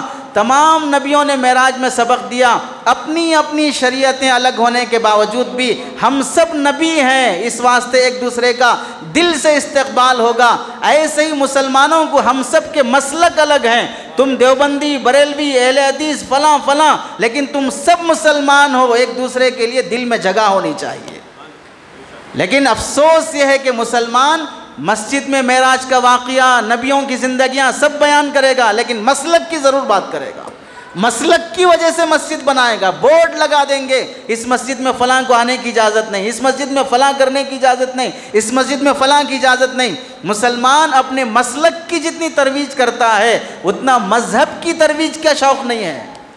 2 ہفتے پہلے ایک جگہ جانا ہوا، ایک نوجوان 14-15 سال کا بچہ، وہاں مسلمان لڑکیاں غیروں کے ساتھ جا رہی ہیں، کھلے عام ایسی وبا پھیلی ہوئی ہے کہ وہاں وہی ٹاپک پر بیان کرنا تھا کہ ہم کیسے اپنی مسلمان لڑکیوں کو بچائیں۔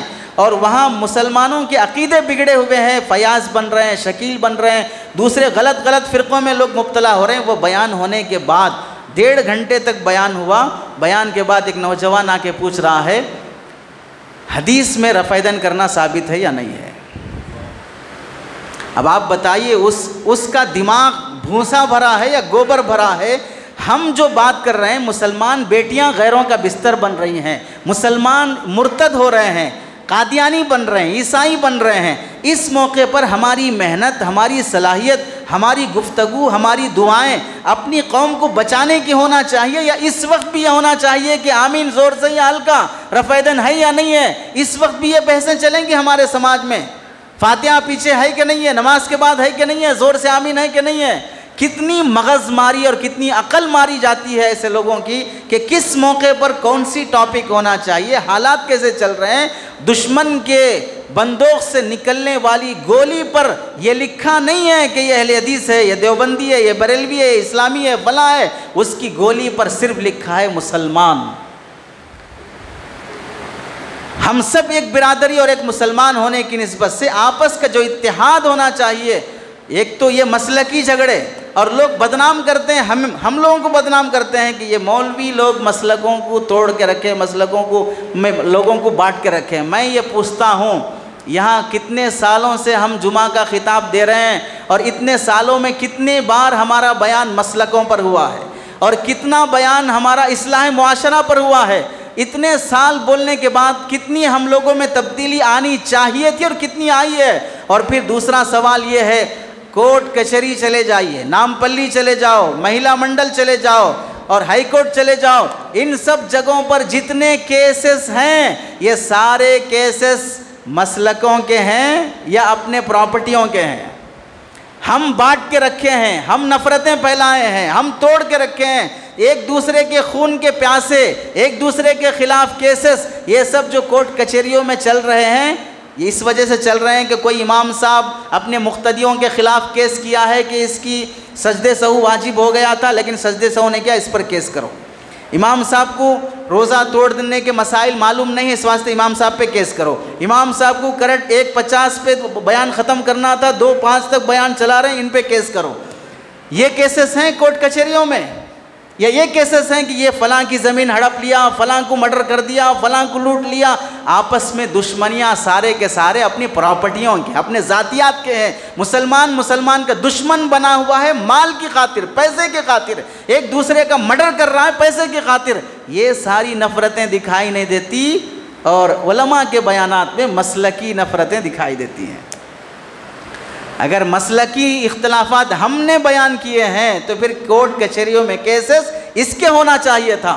پتہ چلا ہم مسلمان مسلک کو بھی فالو کرتے ہیں مطلب کی وجہ سے، مسلک کو بھی فالو کرتے ہیں مطلب کی وجہ سے۔ اگر مطلب ہمارا بریلوی سے نکلتا ہے تو اس سے بھی ہم کپڑا خریدیں گے، زمین خریدیں گے، وہاں پر جو اپنے اس کی ہوٹل میں بھی کھائیں گے، وہاں کوئی مسلک نہیں دکھے گا، لیکن مسجد میں آتے ہی سارا مسلک دکھے گا۔ مطلب بازار میں ہمارا کام تھا، اس واسطے غیر کی ہوٹل پہ بھی کھائیں گے، مسجد میں اب ہمارا کام نہیں، اس واسطے ایک شیطانی حرکت کرتے رہیں گے، چھیڑ چھاڑ کرتے رہیں گے۔ اللہ کے نبی علیہ السلام کے واقعے معراج سے مسلمانوں کے آپس کے اتحاد کا سبق ملا ہے۔ اللہ کے نبی معراج سے جو سبق لے کے آئے ہیں وہ نماز کا تحفہ لے کے آئے ہیں۔ زندگیوں میں یہ ہونا چاہیے۔ اور سب سے اہم عنوان، اللہ کے نبی علیہ السلام بیت المقدس میں گئے، فرماتے مجھے پیاس لگی، وہاں اللہ کے نبی کو پیالہ پیش کیا گیا پانی کا، دودھ کا، اللہ کے نبی نے دودھ پیا۔ عرش پر گئے، وہاں پیاس لگی، اللہ کے نبی کو 3 پیالے پیش کیے گئے، پانی کا، دودھ کا، شراب کا۔ اللہ کے نبی نے دودھ کا پیالہ لیا، پانی کا بھی نہیں لیا، شراب کا بھی نہیں لیا، حالانکہ وہ شراب جنت کی ہے، دنیا کی نہیں ہے، آسمانوں پر دی گئی ہے، دنیا میں نہیں دی گئی ہے۔ شراب دنیا میں حرام ہے، دنیا کی حرام ہے، جنت کی حرام نہیں ہے، آسمانوں پر حرام نہیں ہے، لیکن پھر بھی اللہ کے نبی نے شراب کا پیالہ نہیں لیا، اگرچہ کہ وہ حرام نہیں تھی۔ وجہ کیا ہے؟ اس واسطے کہ جو چیز اب حرام نہیں ہے آگے حرام ہو سکتی ہے۔ مقتدا کو بچنا چاہیے، جو لیڈر ہوتا ہے اسے اس سے بچنا چاہیے۔ اور اللہ کے نبی علیہ السلام کی اس بات کو کوئی دلیل نہ بنا لے، اللہ کے نبی بھی شراب پیے ہیں۔ کہاں پیے؟ وہ نہیں بول رہا ہے، صرف شراب پیے ہیں۔ جنت میں آسمانوں میں ہوا ہے تو سارے شرابیوں کے لیے دلیل بن جائے گی کہ ہم پی رہے ہیں تو سنت زندہ کر رہے ہیں. چونکہ لوگ حولے قسم کے ہوتے ہیں، کہاں سے کہاں جوڑنا نہیں سمجھ میں آتا. ایک نوجوان کو سمجھائے یہ لڑکیوں کی چکر میں نہیں پڑنا، لو نہیں کرنا، برباد ہو جاتے، فلاں ہو جاتے، تو وہ بے وقوف یہ کہنے لگا اللہ کے نبی علیہ السلام کی بھی حضرت عائشہ سے لو میرج ہوئی تھی. کتنی بڑی گستاخی، کتنی بڑی جرأت، سرکار دو عالم صلی اللہ علیہ وسلم کی شان میں ایسی بدتمیزی. یہ چیزیں سماج کو دکھائی نہیں دیتی ہیں. اللہ کے نبی علیہ السلام وہاں بھی پرہیز کیے ہیں، جنت کی شراب سے پرہیز کیے ہیں. آج مسلمان سماج میں دیکھ لیجئے لوگوں کی شراب کی حالت کیا ہے، نوجوانوں کی نشے کی حالت کیا ہے. اور اس کے ساتھ ساتھ اللہ کے نبی نے جو چیزیں دیکھی اس میں سے ایک بہت اہم چیز دیکھا اللہ کے نبی نے کہ بعض لوگ کھیت اور جنگل میں کوئی چیز زمین میں بو رہے ہیں، وہ کھڑے ہونے سے پہلے ان کی فصل اگ کے تیار ہو رہی ہے. اللہ کے نبی نے حضرت جبرائیل سے پوچھا یہ کیا ہے؟ تو حضرت جبرائیل نے فرمایا اللہ کے راستے میں خرچ کرنے والے لوگ جب وہ اخلاص کے ساتھ خرچ کرتے ہیں تو ان کا صدقہ اللہ قبول کر کے ان کی نیکی کا بدلہ فوراً انہیں عطا کرتے ہیں. اللہ کے راہ میں خرچ کیے جانے والی رقم اللہ تعالیٰ اخلاص ایک گٹھلی بھی کھجور کی خرچ کرے گا، اللہ اسے کل قیامت میں ایک باغیچے کی شکل میں عطا فرمائیں گے. ایک چیز اللہ کے نبی نے دیکھی کہ ایک آدمی کو لٹا کر سرہانے پتھر سے اس کا سر پھوڑا جا رہا ہے اور پتھر لڑک کر جاتا ہے، وہ پتھر اٹھا کے لاتے ہیں پھر مارتے ہیں، اس کا سر تب تک سیدھے ہو جاتا ہے. یہی منظر سر پھوڑنے کا چل رہا ہے. تو اللہ کے نبی سے حضرت جبرائیل نے فرمایا یہ وہ لوگ ہیں آپ کی امت کے جو نماز چھوڑ کر سوتے ہیں، کل قیامت میں ان کو ایسے ہی عذاب دیا جائے گا. اللہ کے نبی نے اور ایک منظر دیکھا کہ ایک آدمی کے سامنے تازہ گوشت ہے اور بازو بدبودار گوشت ہے، وہ تازہ گوشت چھوڑ کر بدبودار گوشت کھا رہا ہے. حضرت جبرائیل نے فرمایا آپ کی امت کے وہ لوگ جن کے پاس شادی کے بعد بیوی ہونے کے باوجود بھی دوسری عورتوں سے تعلق رکھتے ہیں، ان کو کل قیامت میں سزا دی جائے گی. اور ایک منظر دیکھا کہ ان بدن کے ننگے ہیں، جہنم کے گڑھے میں ہیں، سام بچھو ہیں، جہنم کی آگ بھڑکتی ہے تو کنارے آ جاتے ہیں، پھر آگ پکڑ کے انہیں لے جاتی ہے اندر. اللہ کے نبی نے پوچھا کون ہے؟ آپ کی امت کے وہ لوگ ہیں جو شادی سے پہلے زنا کرتے ہیں. زانیوں کو یہ شراب دی جائے گی، یہ عذاب دیا جائے گا، سود خوروں کا عذاب، یتیموں کا مال کھانے والوں کا عذاب، وہ سب اللہ کے نبی علیہ السلام نے دیکھ کر امت کو بیان فرمایا. پہلی چیز ہم کو لینے کی ہے، جن عذابات کا ذکر اللہ کے نبی نے فرمایا ان سے بچنے کا اہتمام، اور جو کرنے کا اللہ کے نبی نے اہتمام فرمایا وہ ہے خیرات، صدقہ، اللہ کے راہ میں خرچ کرنے کی بات. یہ ہمیں اللہ کے نبی علیہ السلام کے معراج سے سبق ملتا ہے. نماز کا تحفہ ملا، اس کو زندہ کیا جائے. عذابات کا ذکر ملا، ان سے بچا جائے. اور اللہ کے نبی نے صدقہ خیرات کی ترغیب دی.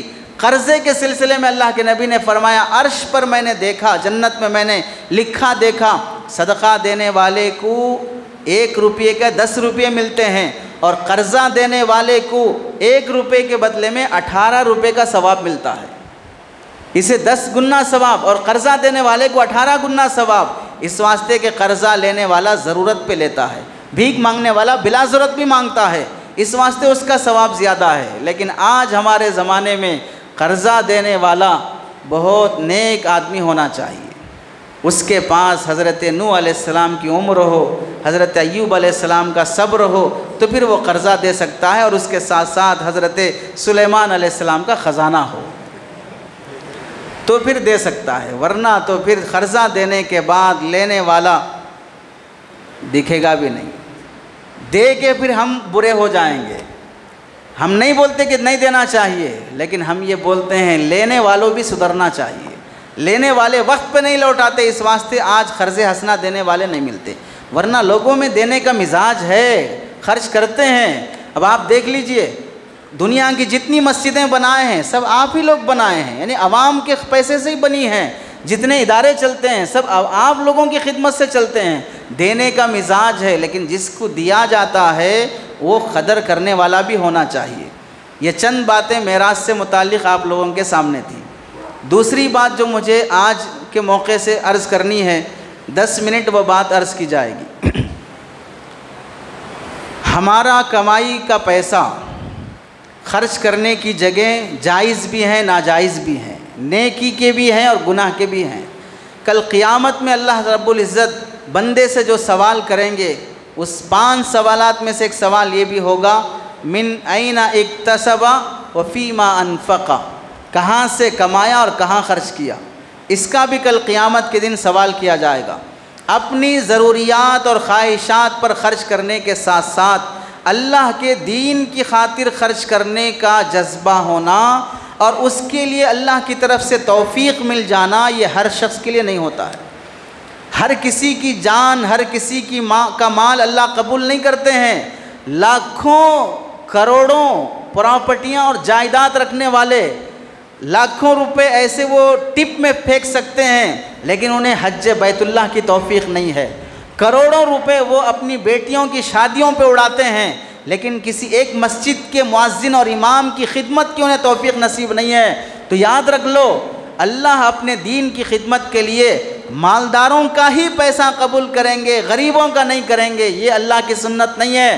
اللہ کی سنت یہ ہے جو یہ سمجھتا ہے میرے پیسے سے کیا ہوگا، میرے چند روپیوں سے کیا ہوگا، میں دے کر کوئی احسان نہیں کر رہا ہوں، سامنے والا لے کر احسان کر رہا ہے، یہ جو سمجھتا ہے۔ حضرت تھانوی رحمۃ اللہ علیہ فرماتے ہیں، غریب اور معمولی آدمی کے چندے میں اخلاص ہوتا ہے اور مالدار کے چندے میں ریاکاری ہوتی ہے۔ ہمیں کروڑوں روپے دینے والوں کے، مالداروں کے کروڑوں نہیں چاہیے، معمولی اور غریب آدمی کے ہمیں ٹھیکریاں چاہیے جو اخلاص سے دیتا ہے، دے کر احسان نہیں جتاتا۔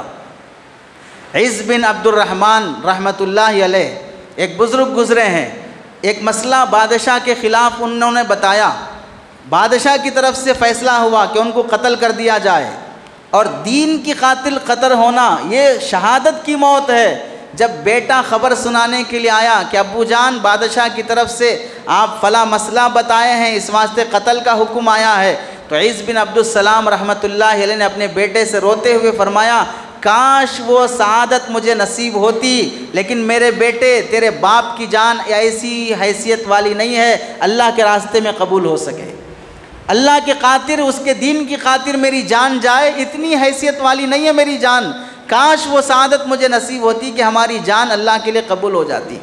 اللہ کے دین کی خاطر قبول ہونے والی جانیں، روحیں، وہ مال الگ ہوتا ہے۔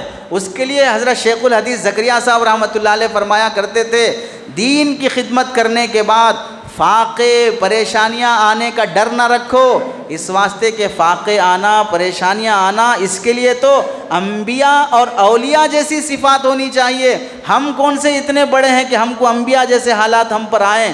اس کے لیے تو نظام الدین اولیاء رحمۃ اللہ علیہ جیسی شخصیات چاہیے۔ جب ان کے گھر میں فاقہ آتا، ان کے گھر میں جب کھانا نہیں ہوتا، ماں حضرت نظام الدین اولیاء کی اپنے بیٹے سے کہتی، بیٹا یہ نہیں بولتی آج گھر میں کھانے کو نہیں ہے، آج گھر میں گزارا نہیں ہے، آج حضرت نظام الدین اولیاء رحمۃ اللہ علیہ کی والدہ فرماتی، بیٹا آج ہم اللہ کے مہمان ہیں، آج ہم اللہ کے مہمان ہیں، کھانے کو کھانا کچھ نہیں ہے۔ تو حضرت نظام الدین اولیاء کی ماں فرماتی ہیں آج ہم اللہ کے مہمان ہیں، یعنی بیٹا بھی سمجھ جاتا کہ گھر میں کھانے کو کچھ نہیں ہے۔ تو وہ مائیں ہوتی ہیں جو فاقے کو بھی اللہ کی نعمت اور اللہ کی مہمان نوازی سمجھتے ہیں۔ ایک آدمی، ایک مفتی صاحب نے بیان کیا، ترکی میں ایک مسجد ہے جس مسجد کا نام ہی اردو میں یہ ہے، گویا کہ میں کھا لیا، گویا کہ میں کھا لیا۔ کیا مطلب؟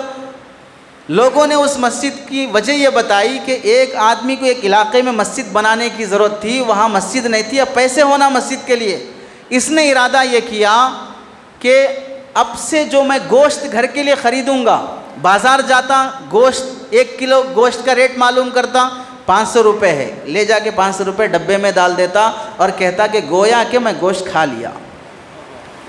کپڑے نئے پہننے کی ضرورت ہے، ریٹ معلوم کرتا، 2000 روپے ڈبے میں ڈال دیتا، گویا کہ میں پہن لیا۔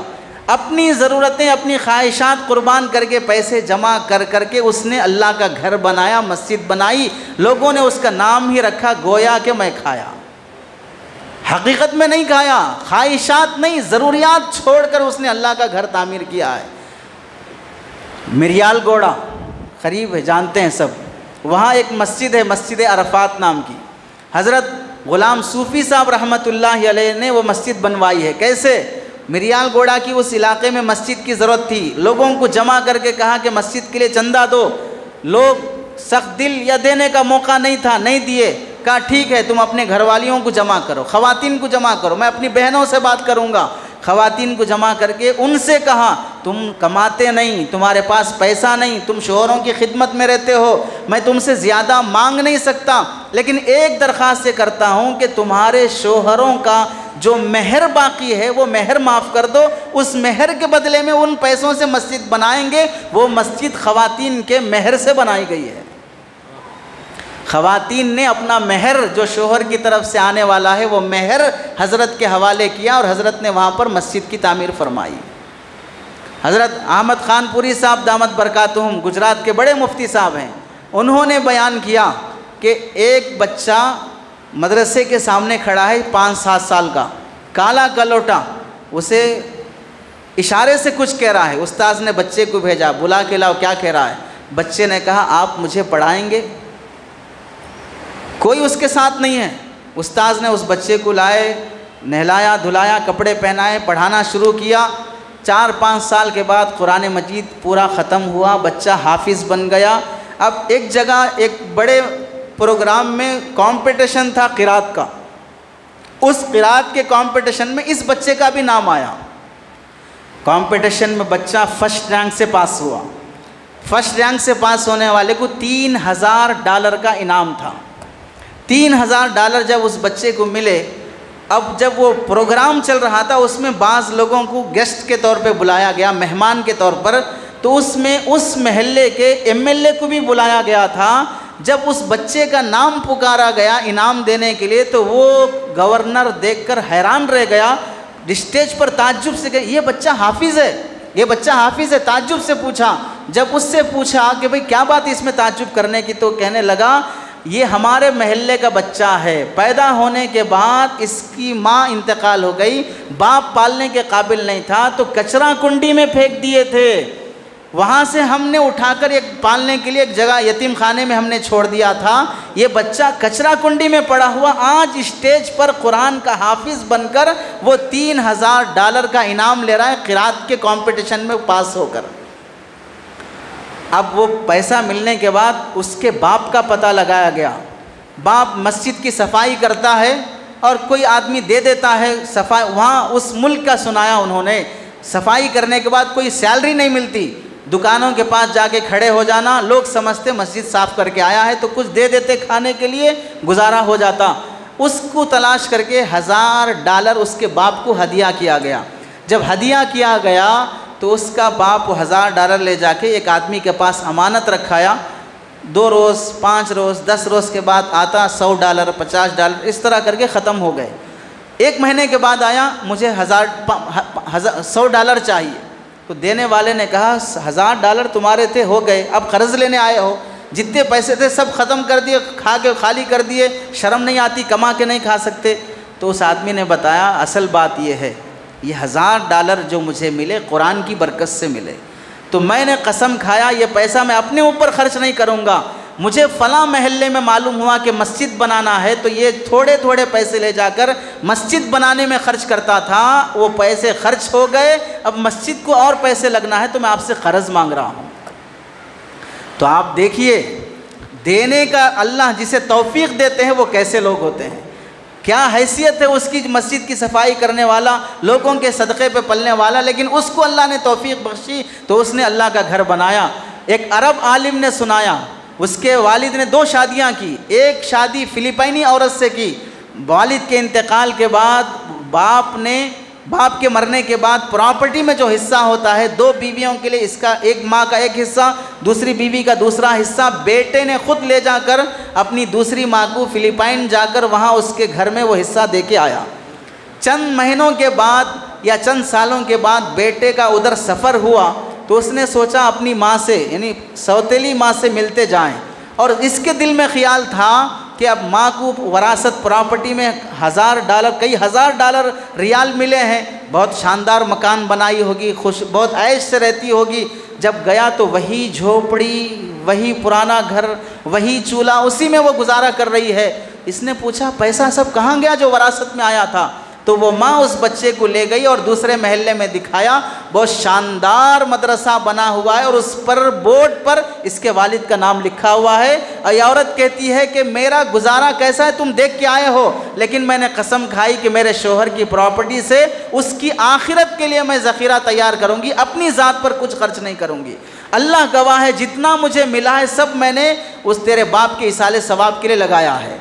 ایک کمپنی میں ایک اونر نے اپنے امپلائیز سے یہ کہا کہ آپ کے اخراجات خرچہ کتنا ہے تھوڑا لکھیں، تو اس نے لکھا گھر کا اتنا خرچہ، کرایہ اتنا، فلاں اتنا، میری والدہ کے لیے ماہانہ 4000 کا خرچہ ہے۔ تو اس نے دیکھ کر کہا آپ کی والدہ انتقال ہو کے 4 سال ہو گئے، پھر والدہ کا 4000 کا خرچہ کہاں سے لکھے؟ تو اس نوجوان نے کہا میری والدہ انتقال ہو کر 3 سال 4 سال کے قریب ہو گیا، لیکن جب زندہ تھی تب میں ماہانہ 4000 والدہ کو دیتا تھا، جب انتقال ہو گئی تو میرے دل میں خیال آیا زندگی میں میری ماں 4000 کی محتاج ہونے سے زیادہ موت کے بعد ان 4000 کے ثواب کی محتاج ہے۔ وہ 4000 جو میں اپنی والدہ کو زندگی میں دیتا تھا، موت کے بعد سے وہ 4000 میں غریبوں میں صدقہ خیرات کرتا ہوں، دین کے کاموں میں خرچ کرتا ہوں، چونکہ اب میری ماں اس ثواب کی محتاج ہے۔ صلی علی سیدنا محمد وعلی آل سیدنا محمد وبارک وسلم۔ ربنا ظلمنا انفسنا وان لم تغفر لنا وترحمنا لنكونن من الخاسرین۔ ربنا آتنا فی الدنیا حسنۃ وفی الآخرۃ حسنۃ وقنا عذاب النار۔ اے کریم اللہ ہم سب کے گناہوں کو معاف فرما، ہمارے خطاؤں سے درگزر فرما۔ رات کے اندھیرے میں دن کے اجالے میں جانے انجانے میں جو گناہ ہو گئے ان سب کو معاف فرما۔ تیری نعمتیں کھاتے کھاتے دانت نکل گئے، تیری نعمتیں کھاتے کھاتے شوگر بی پی آ گئی، تیری نعمتیں کھاتے کھاتے ہارٹ کے مریض ہو گئے، لیکن ان نعمتوں پر شکر کرتے کرتے کبھی ہماری زبان نہیں گھسی ہے۔ اے کریم اللہ ہم ناشکروں کو معاف فرما دے، اے اللہ ہمیں شکر گزار بندے بنا لے، تیری نعمتوں کا شکر نصیب فرما۔ لوگ اپنے پریوار اور خاندان کو زلزلوں اور زمینوں میں دفن ہو کر بھی شکر ادا کرتے ہیں، اپنی اولاد کی سانسیں اکھڑتی ہوئی دیکھ کر بھی وہ شکر گزار ہیں۔ اے اللہ اپنے پورے گھر کو ملبے کی شکل میں دیکھ کر بھی وہ شکر گزار ہیں۔ اے کریم اللہ ہم دن رات تیری نعمتوں سے آباد رہ کر بھی ناشکری کرتے ہیں۔ اے کریم اللہ ہم ناشکروں کو معاف فرما، ہماری ناشکری کو شکر میں بدلنے کے فیصلے فرما۔ اے کریم اللہ جو بیمار ہیں انہیں صحت نصیب فرما، جو دنیا سے چلے گئے ان کی مغفرت فرما۔ آپ اے اللہ اس مجمع میں سے بہت سے لوگ تیرے دین کی خدمت کے لیے، ادارے کی خدمت کے لیے اپنا نام لکھائے ہیں، 1 2 3 4 5 روز جتنے بھی انہوں نے خدمت کے ارادے کیے ہوں ان کے ارادوں کو قبول فرما، ان کے مال میں برکت کے فیصلے فرما، ان کے قرضوں کے مسائل کو حل فرما، ان کے اس خدمت میں اخلاص نصیب فرما۔ اے اللہ اس میں کسی بھی طرح کی ریاکاری اور احسان آنے سے پوری حفاظت فرما۔ اے اللہ ان کی نسلوں کی ہدایت اور ان کے نسلوں کو ان کے آنکھوں کی ٹھنڈک بننے کا فیصلہ فرما، اپنے ماں باپ کا نام روشن کرنے کا ذریعہ بنا۔ جو ماں باپ دنیا سے چلے گئے ان کے ایصال ثواب اور ان کی خدمت اور ان کی رحمت اور ثواب پہنچانے کے لیے اس ضیافت اور خدمت میں حصہ لینے کی توفیق عطا فرما۔ اے کریم اللہ آپ نے حضرت آدم علیہ السلام کی توبہ قبول کی ہے، ہماری بھی توبہ قبول فرما لیں۔ اے کریم اللہ آپ نے حضرت نوح علیہ السلام کی کشتی کو پار لگایا ہے، ہماری کشتی کو بھی پار لگا دیجئے۔ ہمیں قبر میں، حشر میں، موت کے وقت کسی بھی طرح کی تنگی اور پریشانی سے بچا لیجئے۔ اے کریم اللہ آپ نے حضرت ابراہیم کو نمرود کی آگ سے بچایا ہے، ہمیں جہنم کی آگ سے بچا لیجئے۔ آپ نے حضرت اسماعیل کو حضرت ابراہیم کی چاقو سے بچایا ہے۔ اے کریم اللہ آج کے فلسطین کے مسلمانوں کو، اس ملک کے مسلمانوں کو ظالموں کے فسادات سے بچا لیجئے۔ اے اللہ ظالموں کے حملوں سے بچا لیجئے، مسلمانوں کو امن نصیب فرمائیے، مسلم ممالک کی، حرمین شریفین کی اور اس ملک کی حفاظت فرمائیے۔ اے کریم اللہ آپ نے بڑھاپے میں حضرت زکریا علیہ السلام کو اولاد دی ہے، جو بے اولاد ہیں ان سب کو اولاد کی نعمت سے مالا مال فرما دیجئے۔ آپ نے حضرت ایوب علیہ السلام کو صحت و شفا دی ہے، جو بیمار ہیں ان کو صحت و شفا عطا فرمائیے۔ آپ نے حضرت یوسف علیہ السلام کو جیل سے رہائی دی ہے، جو مسلمان علماء جوان ناحق جیل میں پڑے ہیں، گرفتار ہیں، جھوٹے الزامات میں ہیں، ان سب کو اپنے فضل سے رہائی نصیب فرمائیے۔ اے کریم اللہ، آپ نے حضرت داؤد اور سلیمان علیہ السلام کو دولت اور سلطنت عطا کی ہے۔ ہم مسلمانوں میں سے جو بھی تجارت نوکری کے لیے پریشان ہے ان سب کو عزت کی روزی عطا فرما دیجئے۔ اے کریم اللہ، آپ نے حضرت عیسیٰ علیہ السلام کو وقت کے یہودیوں سے بچا کر آسمانوں پہ اٹھایا ہے۔ اے کریم اللہ، آج کے دجالی فتنوں سے بچا کر ہمیں اپنے پاس وقت پر بلا لیجئے۔ اے کریم اللہ، آپ نے حضرت موسیٰ کو فرعون کے لشکر سے بچایا ہے۔ اے کریم اللہ، آج کے فرعونوں سے ہم سب مسلمانوں کو بچا لیجئے۔ اے کریم اللہ، آپ کے دربار میں، آپ کے خزانے غیب میں کوئی کمی نہیں ہے، ہم ہی ناشکرے اور نافرمان ہیں۔ آپ دینے کو آتے ہیں، آپ نوازنا چاہتے ہیں۔ ہمارے نیکیوں کے بدلے اگر کچھ ملتا تو ایک وقت کی روٹی بھی نہ ملتی، آپ اپنے فضل اور احسان سے نوازتے ہیں تو نسل کے لیے بھی دے رکھے ہیں۔ اے کریم اللہ، ہمیں تیری نعمتوں کی قدر نصیب فرمائیے، اپنی نعمتوں کی قدر نصیب فرمائیے۔ اس مجمع میں پتہ نہیں کون کس پریشانی میں ہے، شب معراج جگنے کی رات کی نسبت سے گھر والوں نے بھی کہا ہوگا دعا کر کے آئیں بچی کا رشتہ آ جائے، دعا کر کے آئیں ابو کو صحت مل جائے، دعا کر کے آئیں اور مول صاحب سے دعا کروا لیں کہ اللہ تعالی ہمارے گھر میں برکت دے دے۔ جادو جنات کے مسائل ہیں، بھوت پریت کے مسائل ہیں، بے برکتی کے مسائل ہیں۔